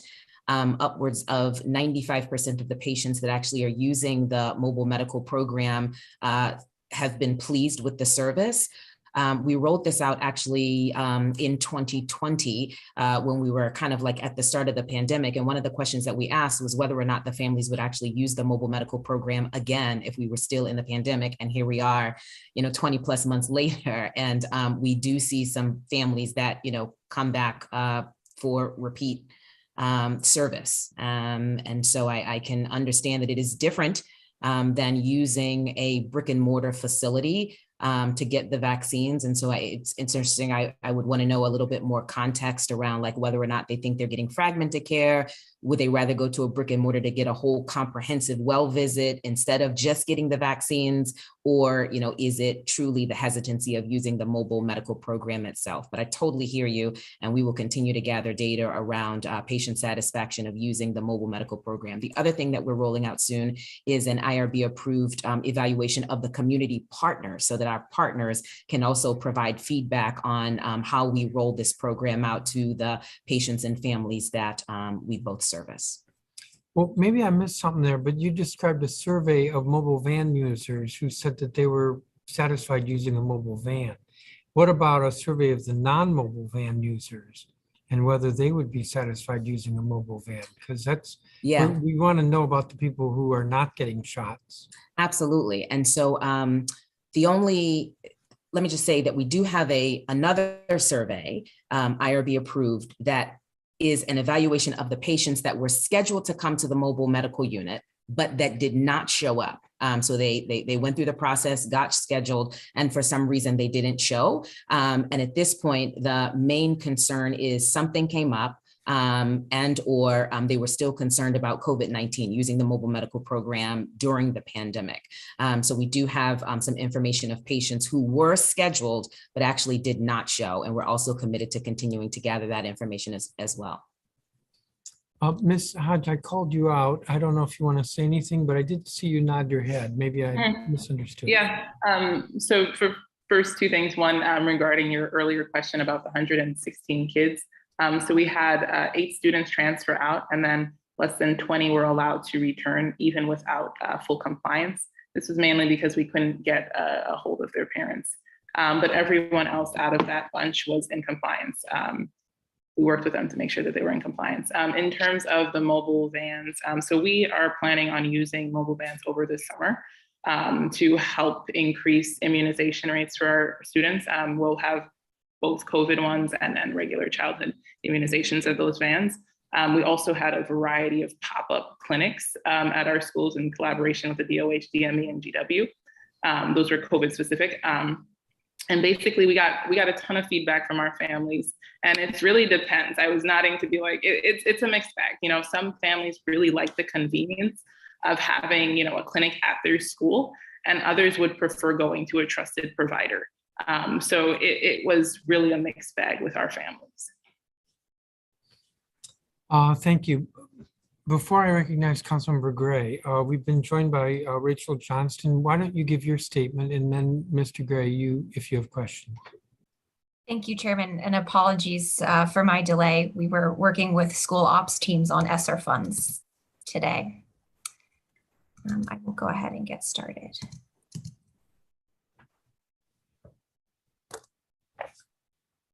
Good afternoon, Chairman Mendelson and members of the committee.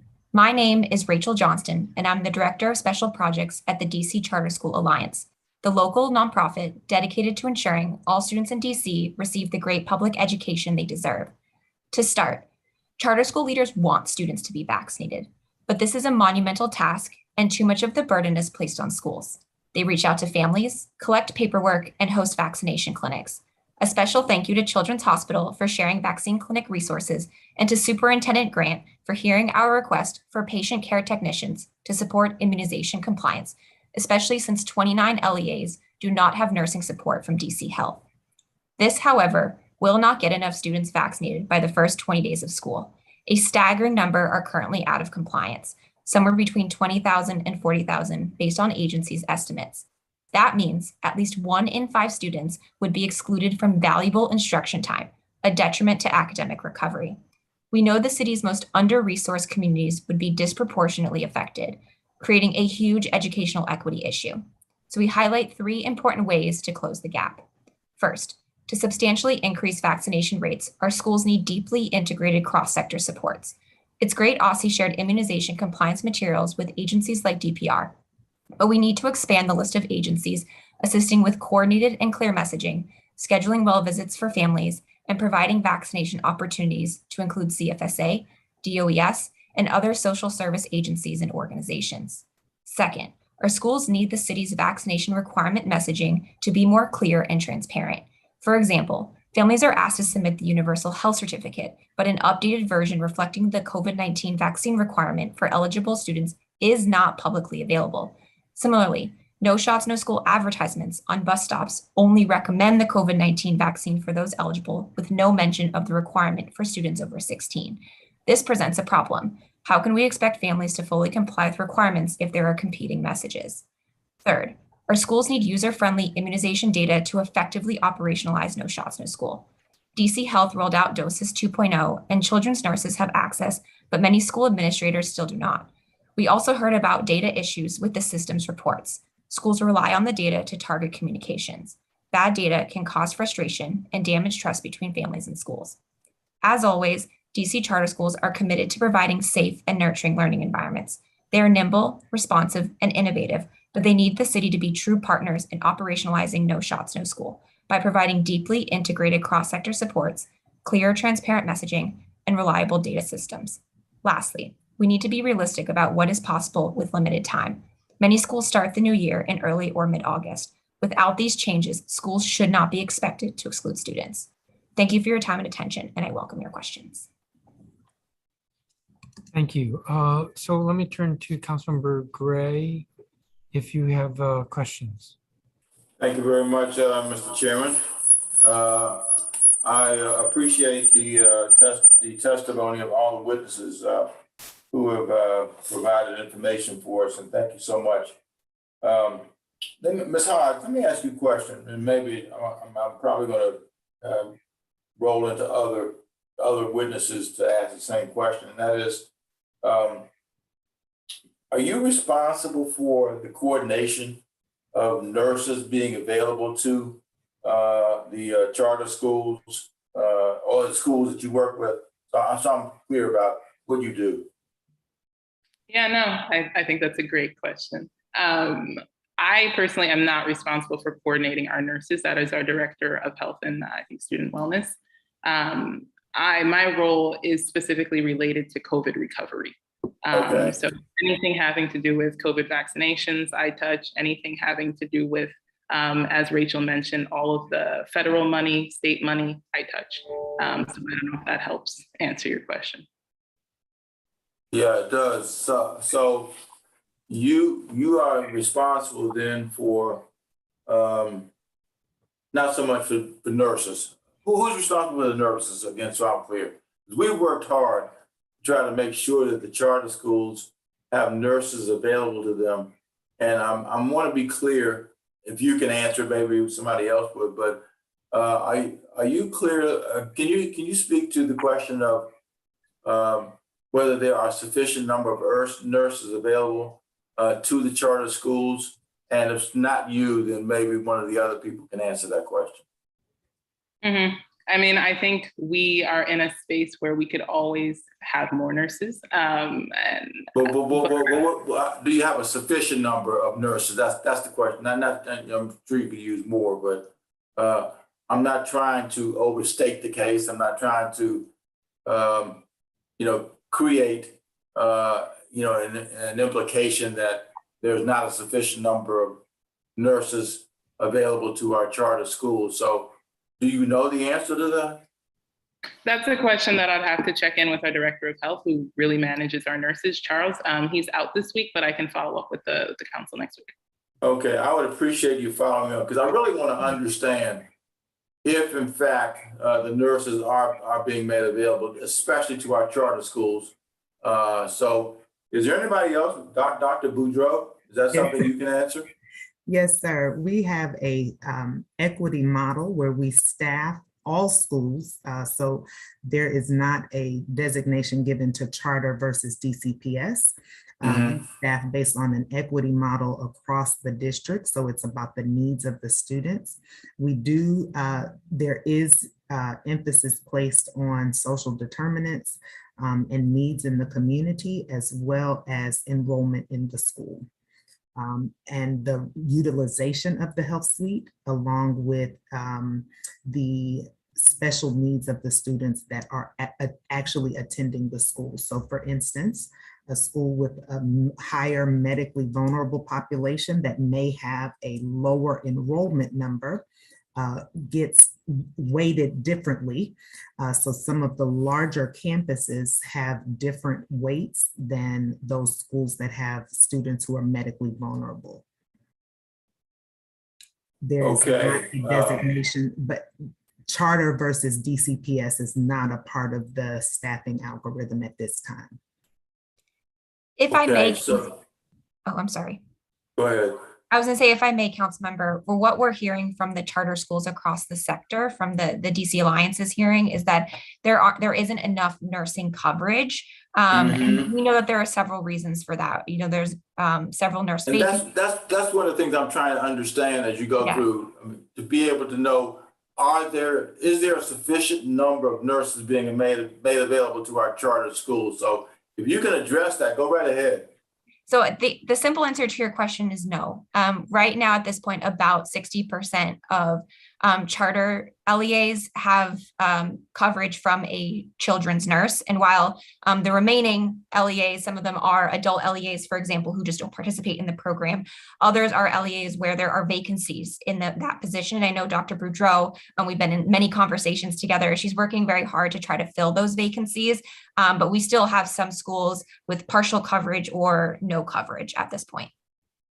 Well, why is, maybe you can further address that, Ms. Johnson or Dr. Boudreau.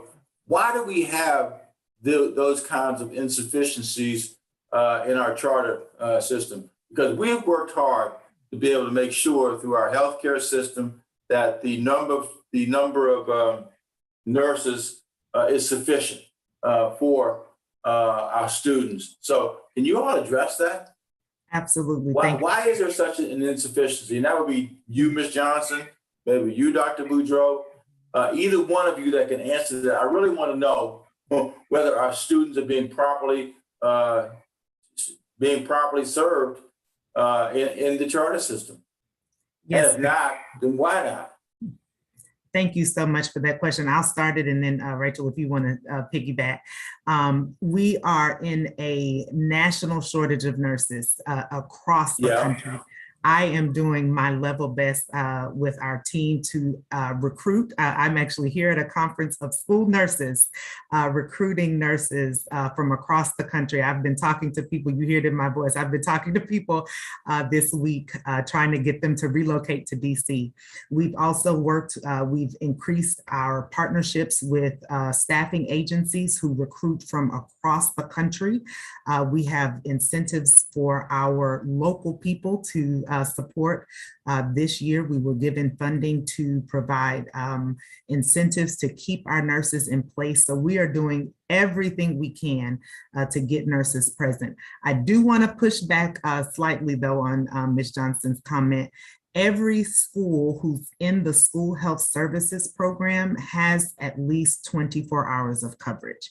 We are working so that next year, our goal, and we have a plan in place to provide 40 hours of coverage in every school next year. Well, what is that plan? What is that plan, Dr. Boudreau? What is the plan to be able to put those number of hours, the number of nurses necessary in place? How can you make that happen? We have two agency partners who are supporting us in staff in agency, as well as agency nurses and technicians, so that we can create a more robust float pool to cover call outs. We are, because of the very generous increase in funding from the mayor and the council this year, that $5.9 million will go a long way, increase in allowing us to staff up so that we can have it. As we testified before, we did not have the funding to cover 40 hours of coverage, but because of the generous increase that we received this year, we will be able to do that. We are also transitioning. So I'm talking now about some agency staff. They are at a much higher dollar rate. We are working with our agency partners to transition those staff to permanent members so that we can stretch those dollars that you all funded us.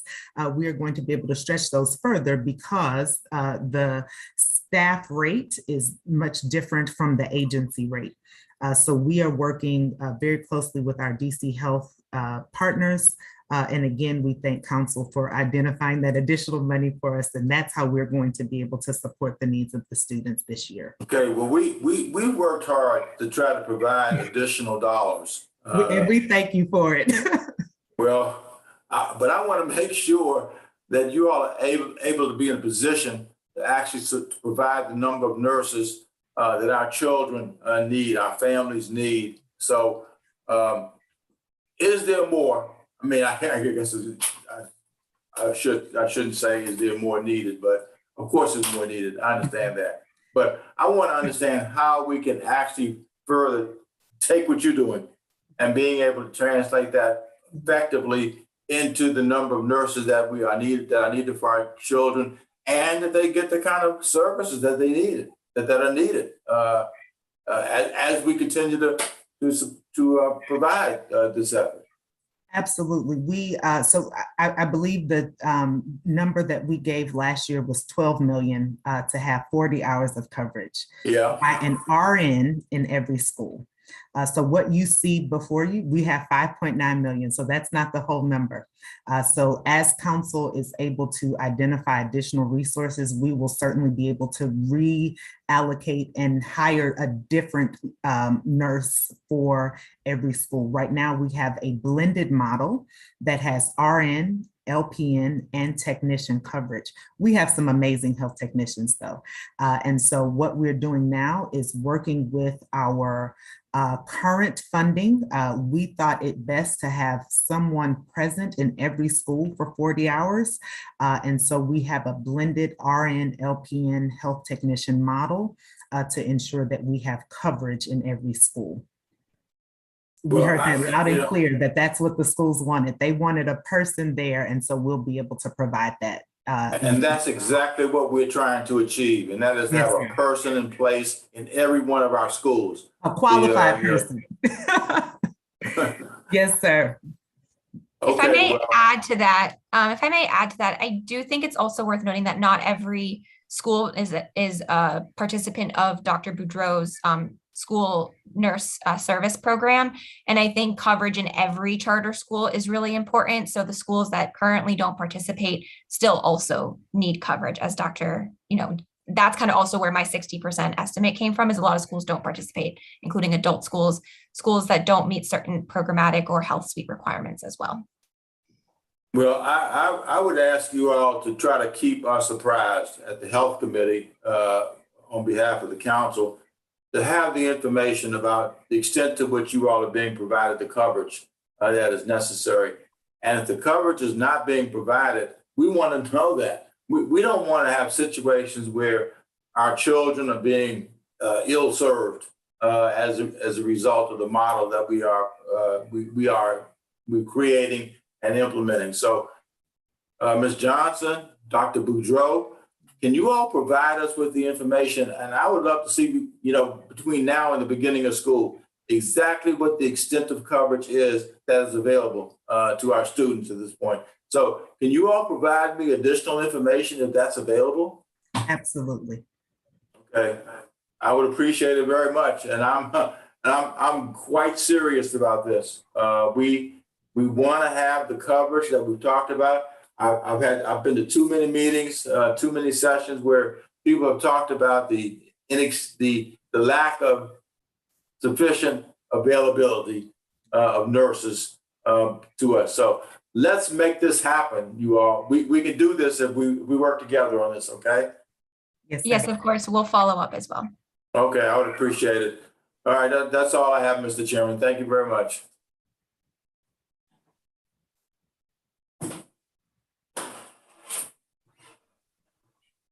I just clicked the wrong button. Dr. Boudreau or Dr. Rhodes, I should have asked this earlier. Do you see any impediments to your nurses administering shots in schools? You said that you will work with Department of Health, whatever they want, but do you see any impediments separate from that? You know, the nurses are stretched so thin. We have growing chronic illnesses. We have in the district high asthma rates. We have behavioral health needs. We have scheduled medication with asthma and diabetes. Those populations are growing. I believe that it is in our best interest to sit together and have a discussion on how to best utilize. So again, in this blended model of technician, LPN, RN, how can we best utilize the nurse? Unfortunately, we do not have an RN in every school.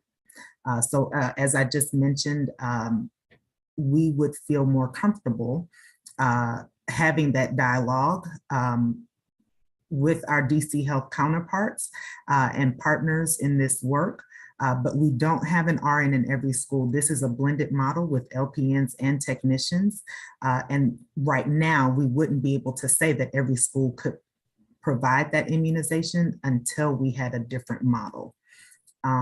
The other piece to this work is the logistics. So Dr. Bandiali talked about the safe storage of vaccines in the schools.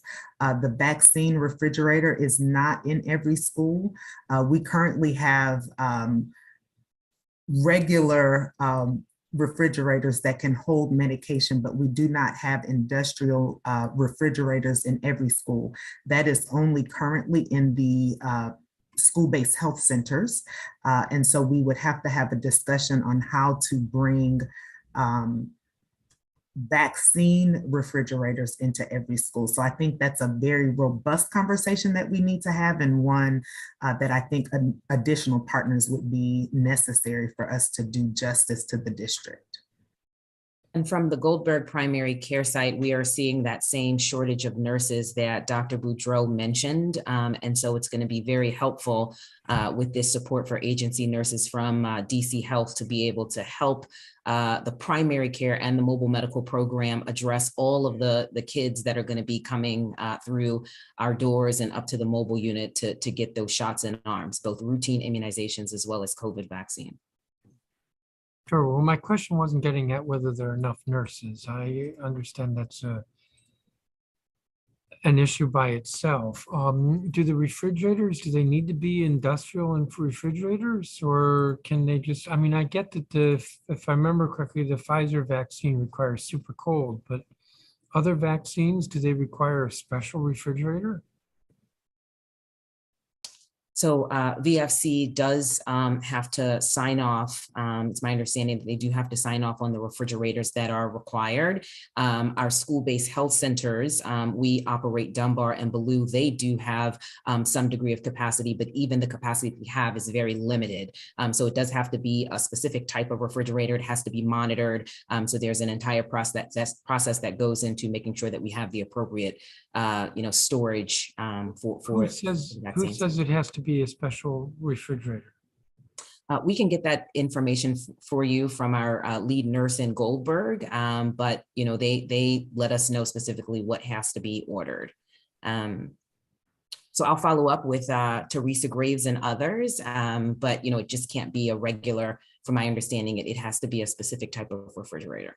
That's a government requirement, or you don't know? I do not know, but I can follow up in just a second. Okay. But Dr. Boudreau, you talked about RNs, but shots can be administered by an LPN and by a nurse's aide. So I'm happy to follow up with the scope of practice. I am not an RN here, and but I can certainly follow up with the scope of practice here in the district.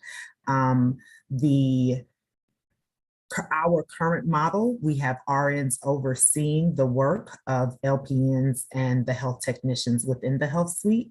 And so we would need an RN to be able to support that work. We deploy RNs to the mobile medical unit. That has been our practice historically. And so that, again, and that's where I say we need to have a more robust conversation. We are always open to being collaborative. I mentioned that in our testimony. Our goal is to be able to support the needs of the district. I tell my team all the time, we don't want to say no, we want to say, how do we get to the yes? So we're happy to be collaborative partners in this work.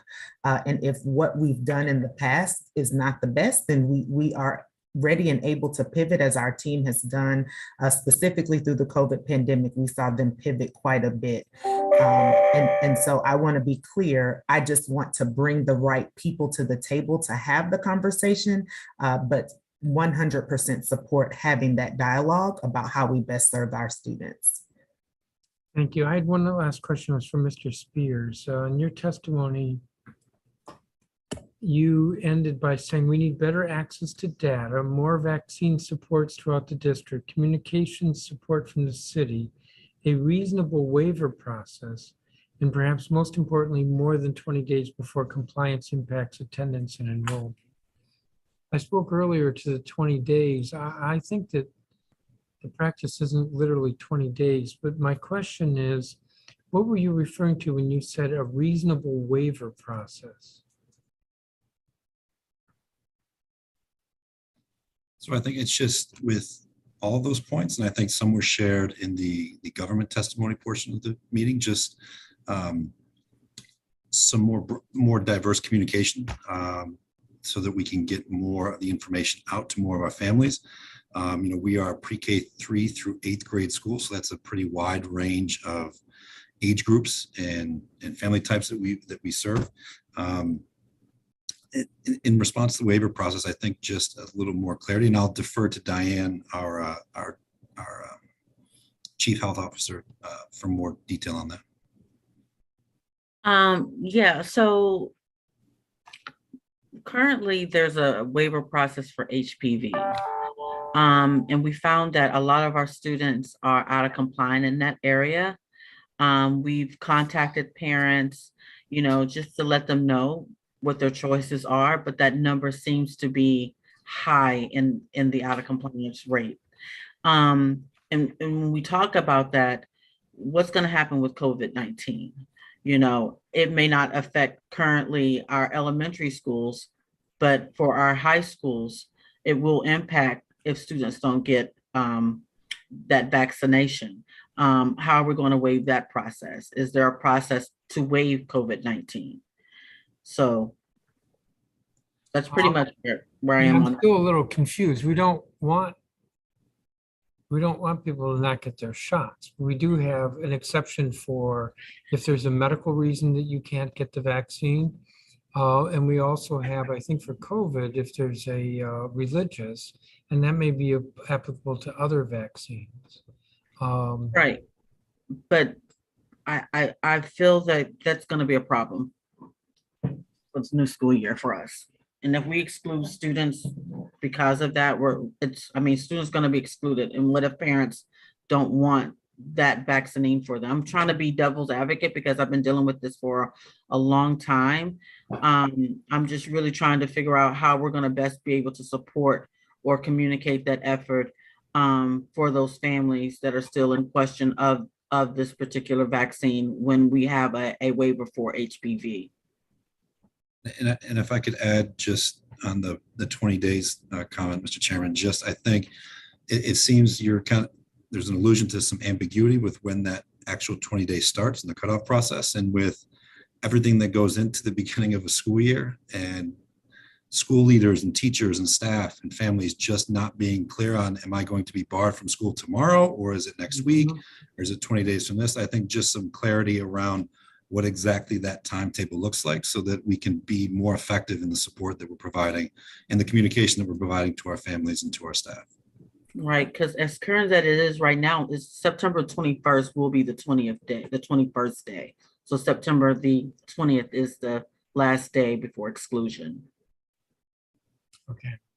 I took a little longer than I thought I would. Councilmember Gray?